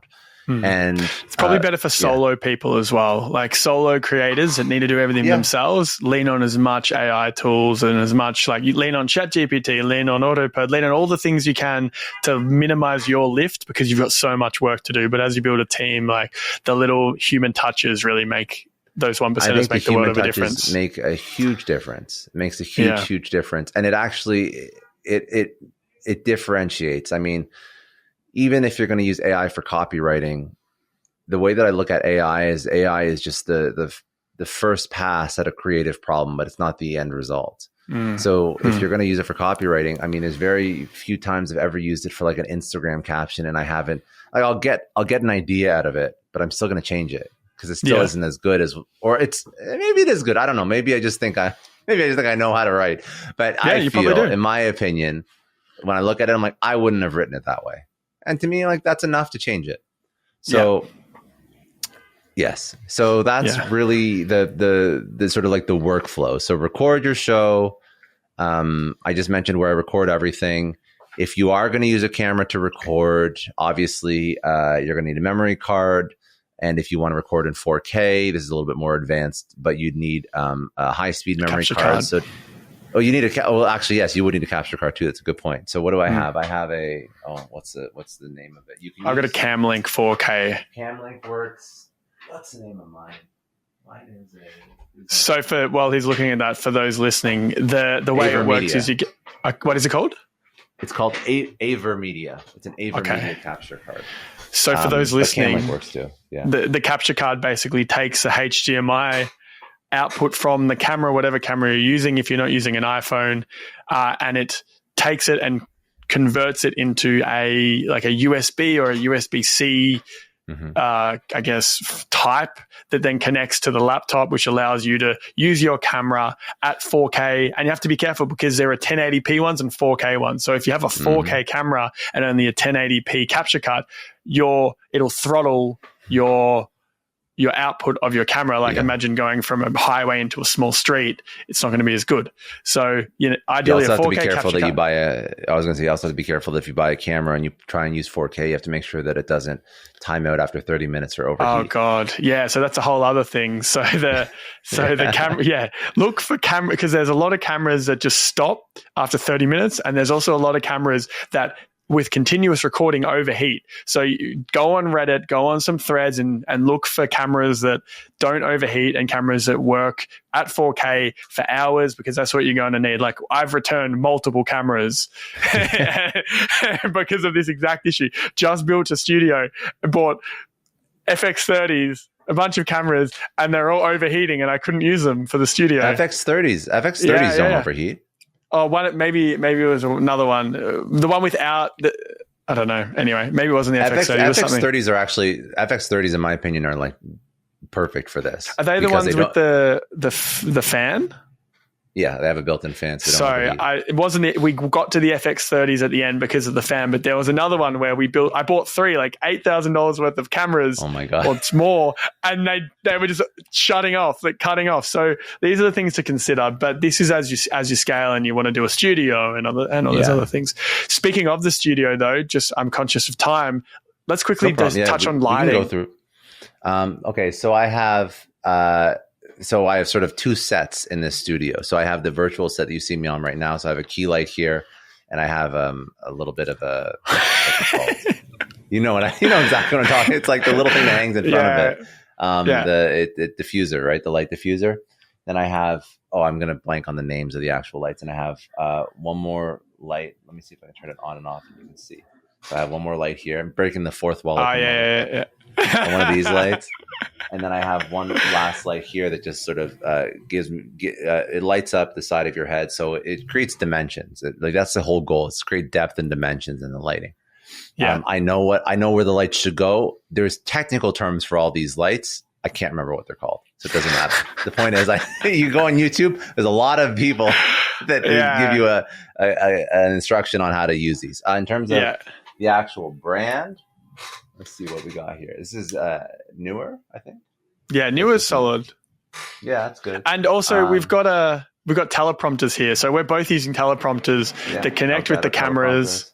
Yeah. So what I'm looking at now used to be I'd look off and it would feel kind of off, but then Scott gave me you gave me a kick up the arse, and I bought a teleprompter after our episode because I'm like, why do you look so much better? What's going on here? Tell me. And you said this and this, and you said to me, if you're really taking this seriously, you should buy them. And I thought, fuck, all right, let's do it. I'm glad you did. Yeah. So now the camera sits behind like a screen that inverts the video from the laptop or the computer, and I can look straight at the camera. So it looks like I'm looking straight at you, but I'm still looking at like a version of the screen. So it's perfect. It's perfect. So now it works well, right? It's amazing. And now the ad reads 100 times better. Now the intros are 100 times better because I'm reading off a teleprompter and I can actually like think about how I communicate as opposed to being like, fuck, what was that line? Or just going off like the dome and just like rambling like a lunatic. No, I know. It's like such a game changer. At the end of the day, you have to realize like, yes, you can upskill yourself so you can memorize an intro or memorize an ad read. But just if you're going to take this seriously at some point, you got to give yourself the tools to be successful. I mean, you don't have to make it harder than it already is. Yeah. So really don't. Yeah. Yeah. So, and that's probably another point of how to get better on camera. It's reps and it's using tools like a teleprompter, and a really amazing skill that I learned recently was don't talk to a wide audience. If you are on doing a podcast or doing any content, even just doing like a come with me as I do blah, blah, blah, blah today, you might feel like you're talking to lots of people, but you are at the core of it. When you drill it down, you're talking to one person. So everything needs to be one-on-one. You need to be using I and you and us and staring at the camera into the lens as though you're looking into the eyes of the person that's reading the or listening to the content. Mm-hmm. And when you flip that, it changes how you communicate and it makes you a much better person in camera. Is there anything 1,000%. Else you'd add to that? I would say, by the way, we can go a little bit longer. I mean, if you want to just, I've got like 3 or 4 things. Yeah. Yeah, but that's cool. Don't stress. But okay. I would say you sort of fall to the level of your preparation. So the more that I prepare, obviously, the better the content is. It's the same as if you're going to go on stage and speak or go into a meeting or pitch an investor. You prepare, you do better. It's very simple. Yeah. You can use AI to help you with your preparation. You can do the research yourself. I recommend listening to a couple podcasts that the potential guest has been on.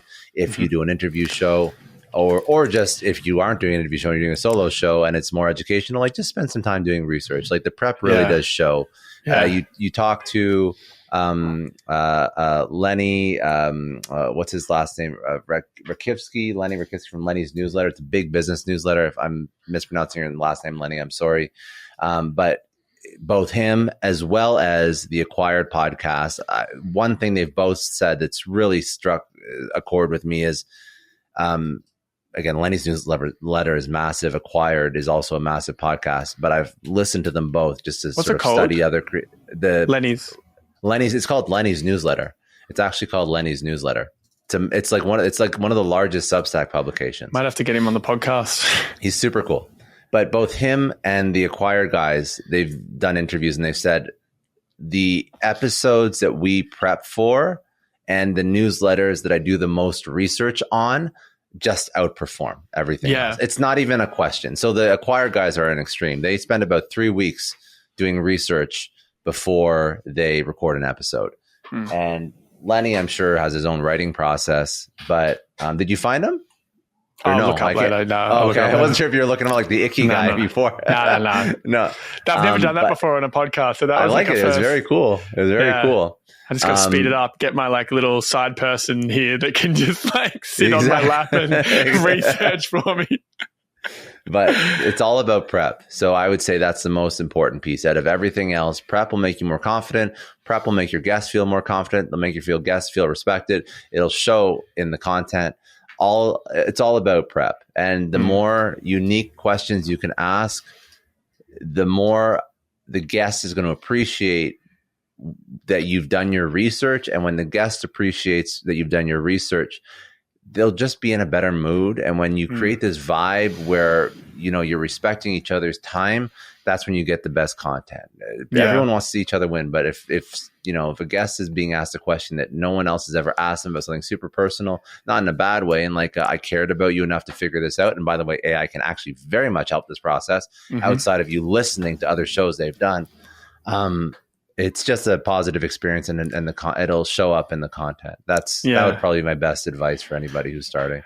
I'm going to drop a bomb here. I'm going to give you guys, give you, you probably do it, but anyone that doesn't do it, that doesn't really know AI too well, every single podcast episode I do, I begin with AI, and it has cut down my research time so much. And I pretty much, what I do is the script into AI is, I'm doing a podcast with X, who are they? What do you know about them? Provide a detailed summary, and we start there. And then they give you a summary. And then I say, I want to build out some questions ahead of the episode, and we'll provide transcripts from other podcasts he's done to get an understanding of him before I get you to provide questions. Don't provide any questions until I've explicitly told you to, and then I'm no longer going to provide any more relevant information. Are you ready? And that says yes. And then I go, here's the podcast. Please summarize it and add it to the understanding of this thread with the intent to provide questions based on the initial parameters I set at the start. Please note the year that the piece of content was also released, and consider whether any information here may actually not be relevant anymore if it's old.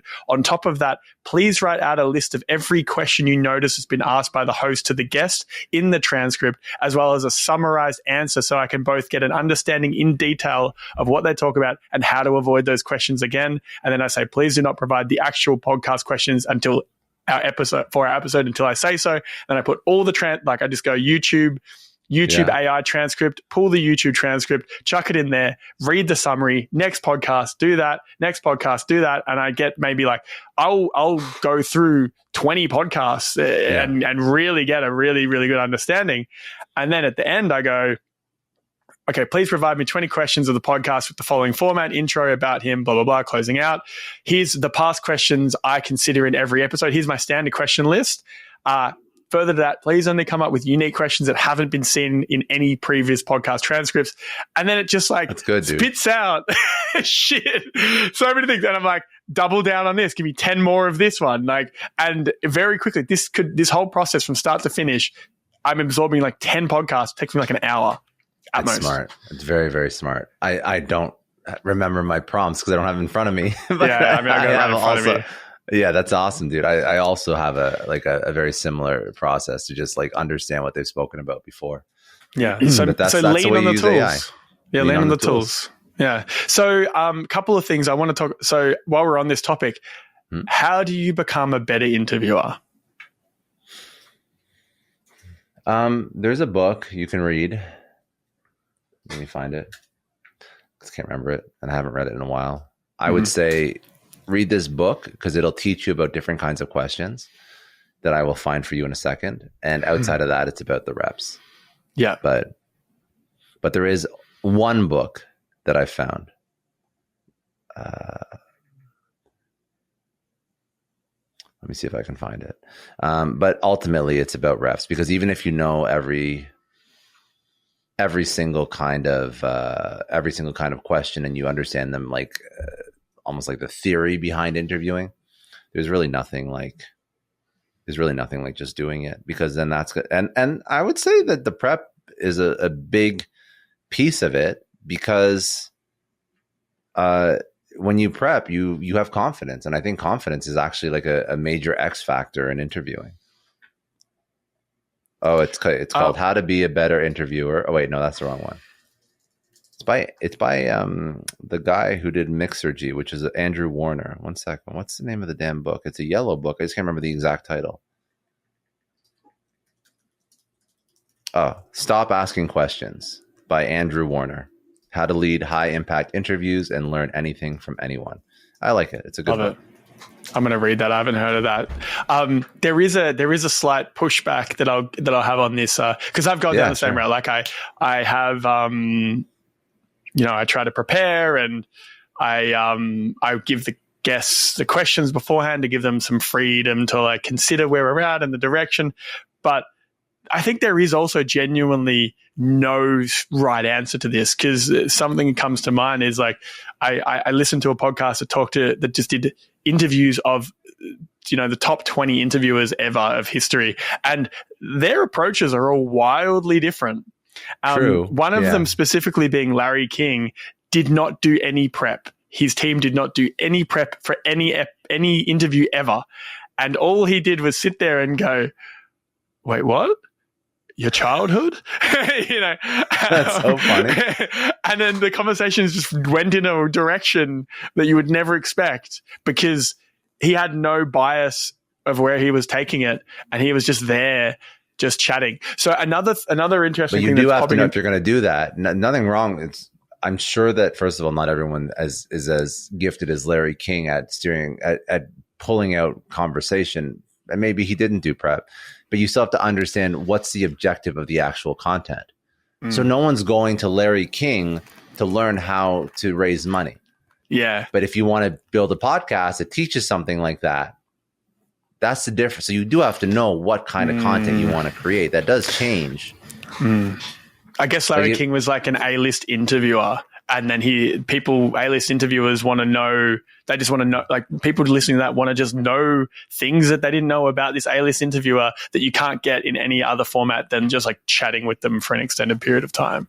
True. I also think that there gets, with Joe Rogan, I'm sure when guests go on Joe Rogan now, the guests are trying to bring their A game because they know the reach. I would not say that's good advice for somebody with no reach. I would say prep a little bit. Because I don't think guests are always going to bring their A game if they don't know who you are and you're just starting out. Yeah. Yeah. The process changes as the podcast scales. Like if you want to be casual and you want to be entertaining and you want to just like shoot the shit and do like, I'm trying to think of like Joe Rogan is like kind of casual, like Flagrant's kind of like a casual podcast, but he does a little bit. Andrew Schultz does a little bit of research. There's some pretty like casual, chill, like just like shooting the shit podcasts.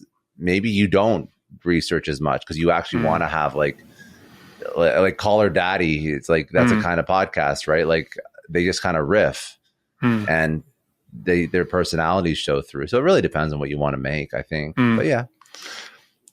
Yeah. Another idea, and going back to the Chris Voss thing, Never Split the Difference is actually a really good book to learn about how to interview well, because there's a couple of very specific techniques that I've used, and it reminded me doing the prep because I reread his book prior to doing the podcast with him.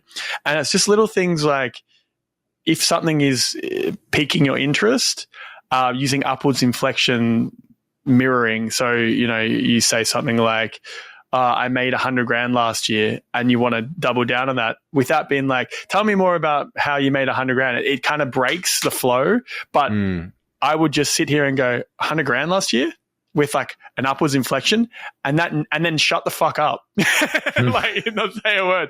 And that naturally will like lead, draw people into saying more. And you can, I do this on a weekly basis. So I can sit here now and just upwards to watch inflect. Back and see when you upwards inflected on me. I do it all the time, bro. I do it all the time. And I can sit here and I can have a person talk for 2 hours straight, and all I do is upwards inflect. I don't need to do anything else. Because they fill the space. I've seen some of his stuff before. He's very good. Yeah. And the second one is also silence. So being okay with sitting in that slightly silent space and giving people the space to think. So I think it's an energetic thing, but what I've learned, and I think I'm getting okay as an interviewer, like genuinely, I'm getting feedback from podcasts, people who go on podcasts that have been on some of the biggest podcasts, and they say to my face, this was one of the better interviews I've done. And it's not the first. I've heard that probably half a dozen times now. So I think it's moving in a positive direction. And a big part of that is also, I think, due to slowing it down and being comfortable in sitting in silence. Like if I ask a question and someone sits there for 20 seconds, I don't give a shit. Just take your time. That's tough. That's very tough. I've also found that like if I'm tired or if I don't, like, I have to manage my energy levels too. So when I'm tired, I'm less good with those circumstances than when I'm not tired, have energy, not stressed out about other things. Because I think that all those external factors, and listen, this is not easy to do, but I think they're finding ways to sort of be in the present and be in the now, and also maximize your energy as a professional, as an entrepreneur. These are all very important ideas that all play into this, because it's like the podcast is like game time. It's like high pressure. It's like high pressure in like the least high pressure situation. It's not that bad, but it's like, it's performative. You got to show up, you got to be your best. You got to feel comfortable as an interviewer. You got to create an environment where the guest is comfortable. You got to be comfortable with, like you mentioned, silences and not rambling and all the stuff that comes with interviewing. But it's not easy. So it's just, but I think reps will either make you better or highlight your areas for improvement. Yeah. I don't think there's another way to do it. So if I show up, reps are key. And if I feel like I'm rambling, or I feel like I asked an awkward question and then they didn't answer right away, so I felt bad, and then I jumped in and, well, why did I do that? Maybe it's because I was tired. Maybe it's because I didn't prep. Maybe I didn't feel comfortable with the guy. Whatever it is, there's like something. There's a tell there that you have to pay attention to, and I think when you pay attention to those, that's when you improve. And the interviewing skill itself, again, I'm just going to purely go off my personal experience, is improving every facet of my life. Everything is getting better because of my ability to just have a conversation. I agree. It's really cool. So I agree with that.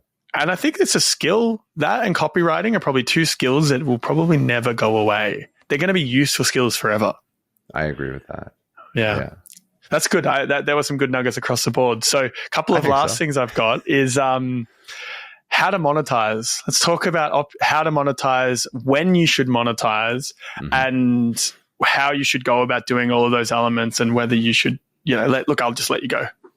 So the way that I monetize is one way. Obviously, I don't think it's the best way. So let's, the way that I monetize was when I get so many downloads that I'm looking for advertisers. So I went through agencies. So agencies will usually start to accept you if you're at about 5,000 downloads per month, which is like a $200 ad slot or something. I can't do the math in my head based on CPMs, but it's not a lot of money. Yeah. But how many ad slots would you do an episode? So if you do a 5,000, sorry, you go. What? Oh no, I was going to say 2 pre-roll, 4 mid-roll for like an hour to an hour and a half, and then 2 post-roll. So potential. So you get to 5,000 downloads a month. Let's say you're doing a weekly podcast. It's approximately 1,000 downloads an episode, or maybe 500 downloads an episode plus evergreen. Yes. You'll make it. You can revenue-wise, if you're saying $200 an ad roll, 268. Did you say? So that's times 8, $1,600 a week in revenue. And is that like high end numbers? That's just probably pretty average. And how likely are you to get 8 advertisers? Like, is there no, you wouldn't have 100% inventory sold out. So you're not likely at that point, because maybe 60% sold out. Yeah. And your show is probably going to be bundled with other shows that they're selling. They're not selling your show. They're selling, I have 20 shows in the business niche that have this many downloads. That's what they're selling. And you're one of those. So you can go through agencies. You can go to Gumball, Advertise Cast, Red Circle has an ad program, Glassbox, Young and what do they Profiting, take? 30% on average. Okay. Is it worth doing those in-house, do you think? Do you have the capacity to hire and train a sales team, or jump on every single call with every single advertiser and do reporting? I felt like it wasn't worth it to me. Sure. I felt like, especially when the components are reporting, right? The components are reporting and sales. The components are sales. The components are, okay, so how do I find decision maker email addresses? Because I did sales. I built sales teams. I know how to, there's not a single thing in sales that I haven't done myself or hired somebody to do. So you have to find the brands you want to work with. You have to find the emails of the decision makers. You have to run outbound campaigns. You have to run follow-up, like not just like one email, like nurture sequences, make sure you're targeting properly with the right ideal customer profile and buyer persona. That's a conversation for another day. But then once you find those people, you run emails, they're going to jump on calls, you're going to do discovery call, you're going to do demo call, you're going to eventually negotiate, close deal. You're going to get the creative brief, you're going to record the creative brief, you're going to send it back to them for approval. You're going to embed that either programmatically or baked in, depending on which platform you use. Some can do programmatic, some can just do baked in. The difference is programmatic means you're just doing, you're setting markers and inserting across your entire catalog. Baked in means you're literally just, when you're doing the edit, you're inserting like a 30 to 60 second ad, like in the actual video and audio before you export it and then upload it to your channels. And just for context, baked in is going to be worth more because it's there forever. Programmatic, you can change after 10 weeks to the next programmatic one. And after that, then you have to report on downloads or listens. So I would say for like, again, most creators are not full-time when they start, and I don't think they should be. So I think agencies help. The issue with not having agents, and by the way, you can still sell on your own because you don't need to. I would never sign exclusivity. Some people will try and get you to sign exclusivity. I don't do exclusive unless they can guarantee me revenue. If they can't guarantee me revenue, I don't sign exclusivity agreements. And these are just ad agencies. We haven't even talked about networks yet, but that's the ad agency. That's my recommendation for how you monetize. And if you want to sell deals on the side, no, sorry. I'll talk about networks in a second, but if you want to monetize, go through ad agencies, go through podcast ad agencies. And if you want to sell because you're not exclusive, you can still sell on the side.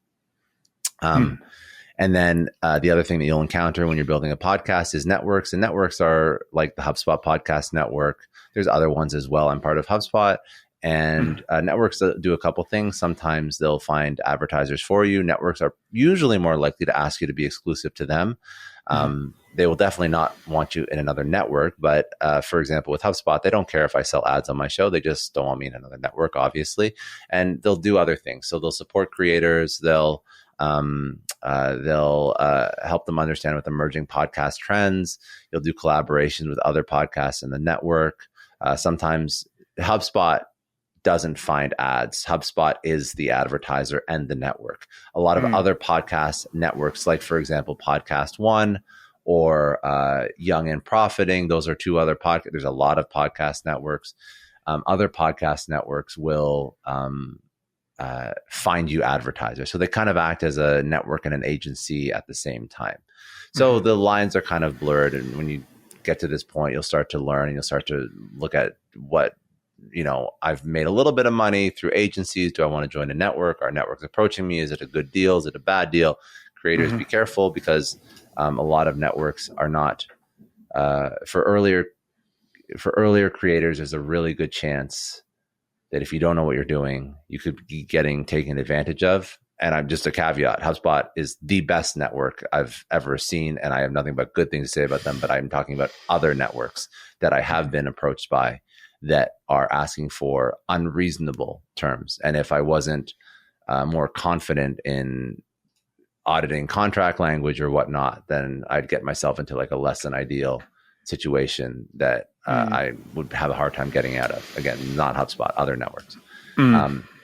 Not say all networks are bad. Just make sure that this is like the classic thing. Like even as if you were an influencer or a creator on Instagram, sometimes brands, agencies take advantage of creators that don't know better because they're not business people. They're creators first and business people second. And I've seen in circumstances, bigger agencies and brands take advantage.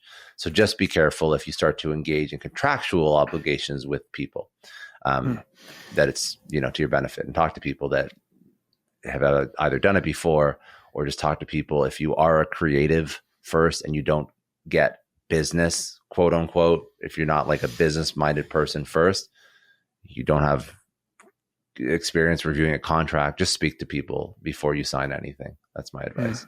But yeah, so that's sort of the ecosystem of who supports podcasting. And again, none of it, I don't want to make it sound bad or I don't want to scare people off. I just don't want people to get into situations that they aren't happy with. But there's a lot of agencies and a lot of networks that are phenomenal, like the one I'm part of. And you can use them strategically, and you don't have to go and sell your own ads, but also you can. It's just a time thing. If you had unlimited money and resources, you could just go sell your own ads, right? If you could go hire a sales team, maybe you just sold a company for $100 million. You don't want to deal with agencies. You want to go hire a salesperson. Okay, that's cool too. But I don't think that's the majority of people. I think majority of people need a little bit of help. Yeah. Yeah. So basically, if you're starting from scratch, step one is get to 5,000 downloads a month as quickly as you possibly can. And step two is once you're at that point, try and then find go talk to agencies and just find an agency and get them to start bringing in revenue. And that's probably the quickest way to monetize. And you might be able to make at that point $1,000 to $2,000 a week, maybe on ad reads. Maybe a little bit less. I'd say a little bit less because your fill rate won't be 100%. At 5,000, you'd probably be a little bit less than that. But still, you'll make some money. You'll make some money, and then it'll cover the costs at least. Exactly, and then you can make any extra money.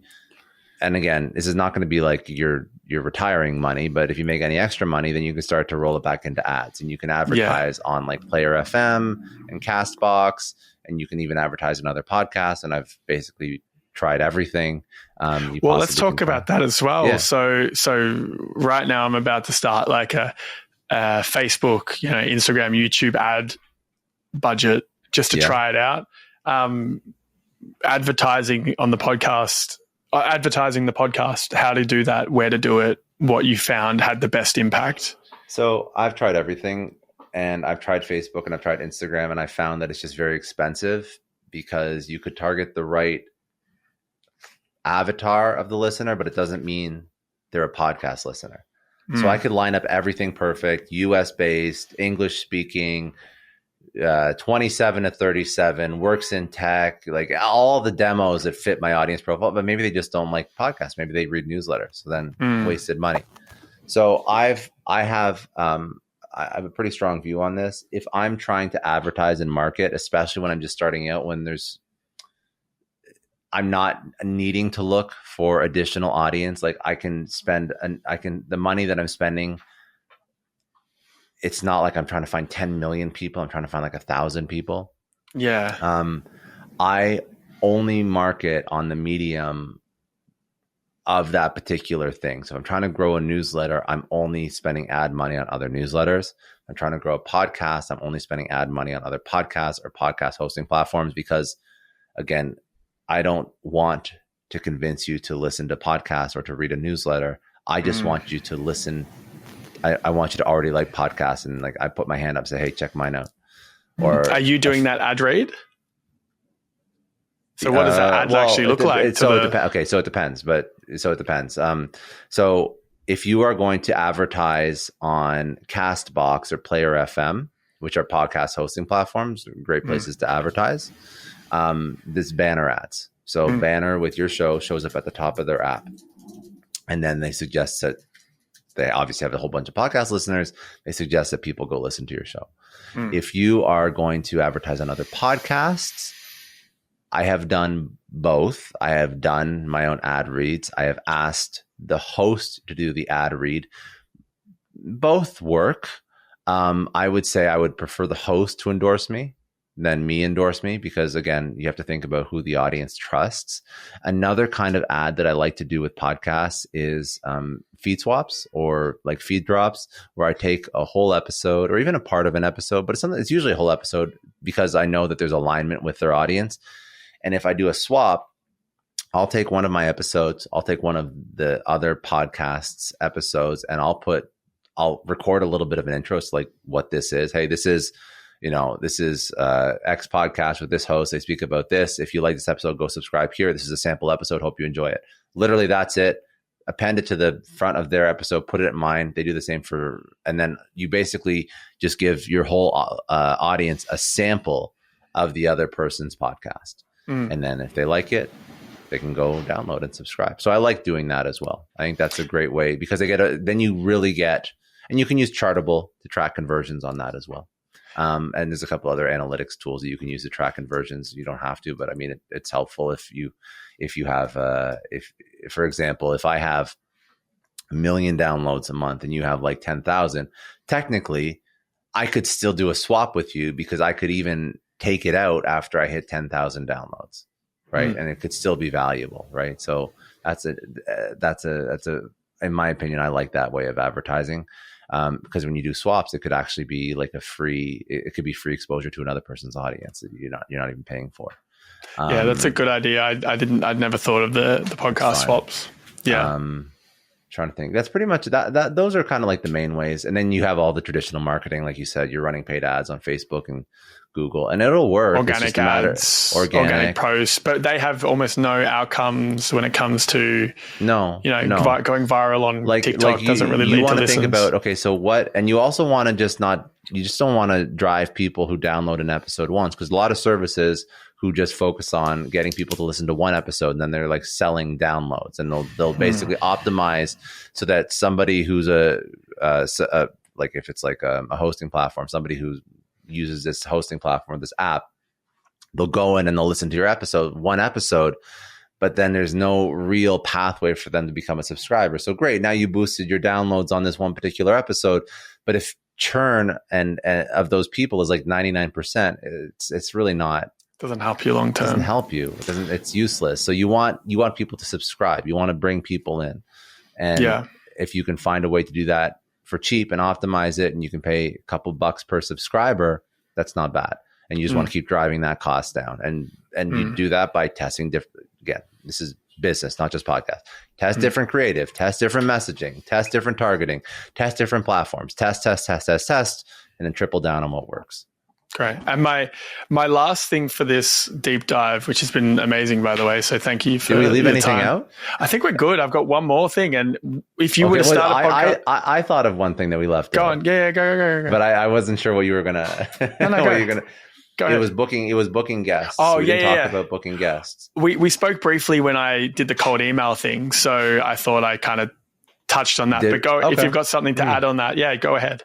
So when I started booking guests is just another sales process at the end of it. Like it's just a sales pitch. So when you're starting out, there's something in sales. Well, there's a couple things in sales, but when you're selling something to somebody, first of all, you're always solving a pain point. That's number one. That's just a general sales concept. And second of all, how do you make sure the sale closes quicker? And there's something called intent in sales. You mentioned this before. There's intent. So there's intent for the buyer to do something. I'll give you a non-podcast example. If I have a cybersecurity breach, there is intent to upgrade our security software because I just had a fucking breach. If somebody hits me up and they're like, hey, do you want a social media scheduling tool? And I already have 5 people scheduling my social media. Maybe, but I wasn't looking for it. So that's the difference. So how does that play into podcast guesting? So podcast guests, finding them and getting them to come on your show is really just closing a sale. So when I started the podcast, and as you get bigger, it's much easier because they come to you. But when you start, obviously no one comes to you and you have to sort of sell yourself. So it's a sales process. So first I look for intent, because I know if there's intent to come onto a podcast by the guest, then that's going to speed up the sales cycle and increase the chances of them saying yes. How do you find intent? The easiest way I found is to go on Amazon and you look for people in your niche that are releasing books, and you rank it by popularity and by time to release and upcoming books. And then you go reach out to those people because they're already doing a PR tour and there's already intent to create some buzz around this new book that's coming out. So for business podcasts, literally go to Amazon, go to up and coming best-selling authors and all these different filters and rankings, and then find like the top 10 people. And then you can use like Rocket Reach or any mail finder or any of the other tools to find their email addresses or their publishers' email addresses. Because I mean, the bigger ones are going to be HarperCollins or Simon & Schuster or Penguin Random House. There's only so many people you have to reach out to. And then first of all, now you've established intent. So you know there's a book coming out. And then after that, you're going to solve the pain point. What's the pain point? The pain point is exposure. So I would have some sort of subject line that would create intrigue. Historically, the highest subject lines that I've ever used. You can put you can put other guests in. It's not even bad. It's just funny how people respond to just certain copy. But You can put other big guests in your subject line if you'd like, because that does help. It sort of creates some credibility. The best subject line that I've ever used, and this is not my idea, and I can't remember whose idea it is, but I tried it once after I watched a YouTube video and it worked very well, and I just kept going with it, was first name, last name, line, and then cell phone number. And dude, I did the exact same. Yeah, it works so well. It's so good. Yeah, mine literally is first name, ... we need to chat, line, mobile number. Yeah, it works very well. Oh, so God. that'll get you like a 35+% open rate. And then I'm dead. And then after is that, he going to say it? He's going to say it. Whatever. It's just so, I guess it's just so intriguing for people. Like, what kind of crazy fuck puts their cell phone number in the email subject line? And they open it, and then you have to tell them, like, okay, who you are, what reach are you going to give them? You know, who are they in the company of? Who are the other guests? What are the parameters of the recording? Like Zoom, super low effort. You get the final say on the edit, sort of reduce the chance of them saying something stupid. We create all these clips. We license them to you, kind of like what you just mentioned before. We license out all the clips. You can use them for your social. So again, intent plus good copy, high open rate, plus solving a pain point, which is really them getting publicity around their book, plus reducing the friction and making it an offer they can't say no to. This will get you guests. Like, you don't have to this whole framework. It's not going to work on everyone. Chris Voss. Yeah. So it'll work. Yeah. It got me Grant Cardone, Guy Kawasaki, Anthony Scaramucci in like the first 15 episodes, which is stupid because I was not ready for those interviews. I was so stressed. But it works. And after you get some big names, then you can put those in your email and say, hey, these guys have been on the show too. So. Yeah. Yeah, so good. That's a banger. So the final part of this is if you were to be starting again right now, day zero, no following, you're a man with a mic and a dream. Where are you focusing? Where are you focusing your energy in 2024? YouTube. It's a very easy answer for me. I would have spent more money quicker to up the production of the actual podcast and focus on YouTube. I would have done more in person on YouTube. I would have just just jumped right into the most extreme version of podcasting, which is in person. It's in person, high production. Yeah. And if you don't have, I would have rented out studios, and I wouldn't have bothered with the virtual. Not at all. So should I just hang up, throw this all this? I would really throw try. These away. No, don't throw it away. But I would jump into it much quicker because I built a studio. I would have people like I mean, half the reason why we moved, and I respect her opinion because she didn't want people, like, we had a condo, and so we did Toronto, and I started the podcast virtual in Toronto. Moved down to Fort Lauderdale. We had a condo in Fort Lauderdale. Gina didn't want people coming into the condo because it was like a small space compared to the home we had in Toronto. So like, okay, so let's move down to Miami. And I was trying to look at places to rent in Miami and studios, and there really wasn't much down here compared to like New York or even LA's wild. LA has so many creative spaces. Now there's some, but half the reason why we moved down here and built up the studio is because like I'm all in on this, and I wish I had done this and made these moves sooner. And it would have actually we moved because I wanted to build a studio. So like it's informing like life decisions at this point because I want to take it seriously. I am taking it seriously. It's a silly thing to say. It has been taken seriously for a minute. I want to sort of take it to the next level, and I want to have full control over it. Now, I'm not saying that everybody has to move, change their life, build a studio, but I would find a way to create a higher version of content and a content that has more of a moat around it than what the next guy or the next girl is doing immediately. And I think that YouTube's so that the answer. moat's in person, YouTube's the moat's in person, and the moat's on YouTube. So what causes the YouTube moat? Is that just followers? It's organic reach. It's organic reach for something that has no organic reach. Are you focusing, so how do you get more organic reach on YouTube? Are you focusing on thumbnail, descriptions? What's all important there? Well, it's all important, but the most important is, I think the most important is being there, obviously. Good production, but it doesn't have to be overproduced. But being there, See, my opinion is if you show up on YouTube and you prep, that creates good content and it will be found and discovered and you'll grow. I'm not a YouTube, I also leverage shorts. I use AI to take long form podcasts, put them into Opus.pro, turn them into a whole bunch of short form reels and YouTube shorts and TikToks and Snapchat spotlights and all that. But I think it's like focus on video first. That would be what I'd recommend. Cool. Yeah. That's nice. where my head's at. And that's sort of what I believe that's the differentiator. I think that audio only, you'll have some people that will hit, but I think it's very hard. I think it's making something that it's already hard, even harder. So that's why you asked me what I do. That's what I do. All right. Thanks, Scott. Any closing statements before we wrap up? No, this is awesome. Nice. Should turn this into a course. With a little bit of bullshitting in between, but besides that, we can turn it into a course. Well, it's all yours, bro. This is all your knowledge. So I'll give you the piece of content and go from there. Yeah, we'll see. Well, I just like chatting about it. It's fun. I appreciate it. No, I have nothing else. If anybody has questions about podcasts, where can they find send you? them in, and we can do I was going to say we do a part 2, but I think we did a lot. We did a lot. They can find me. So the podcast is Success Story. So you go to successstorypodcast.com, and then all the social is at Scott D. Clary. So it's super simple. Done. All right. Thank you, Scott. Until next pleasure. time. See you next time. Bye.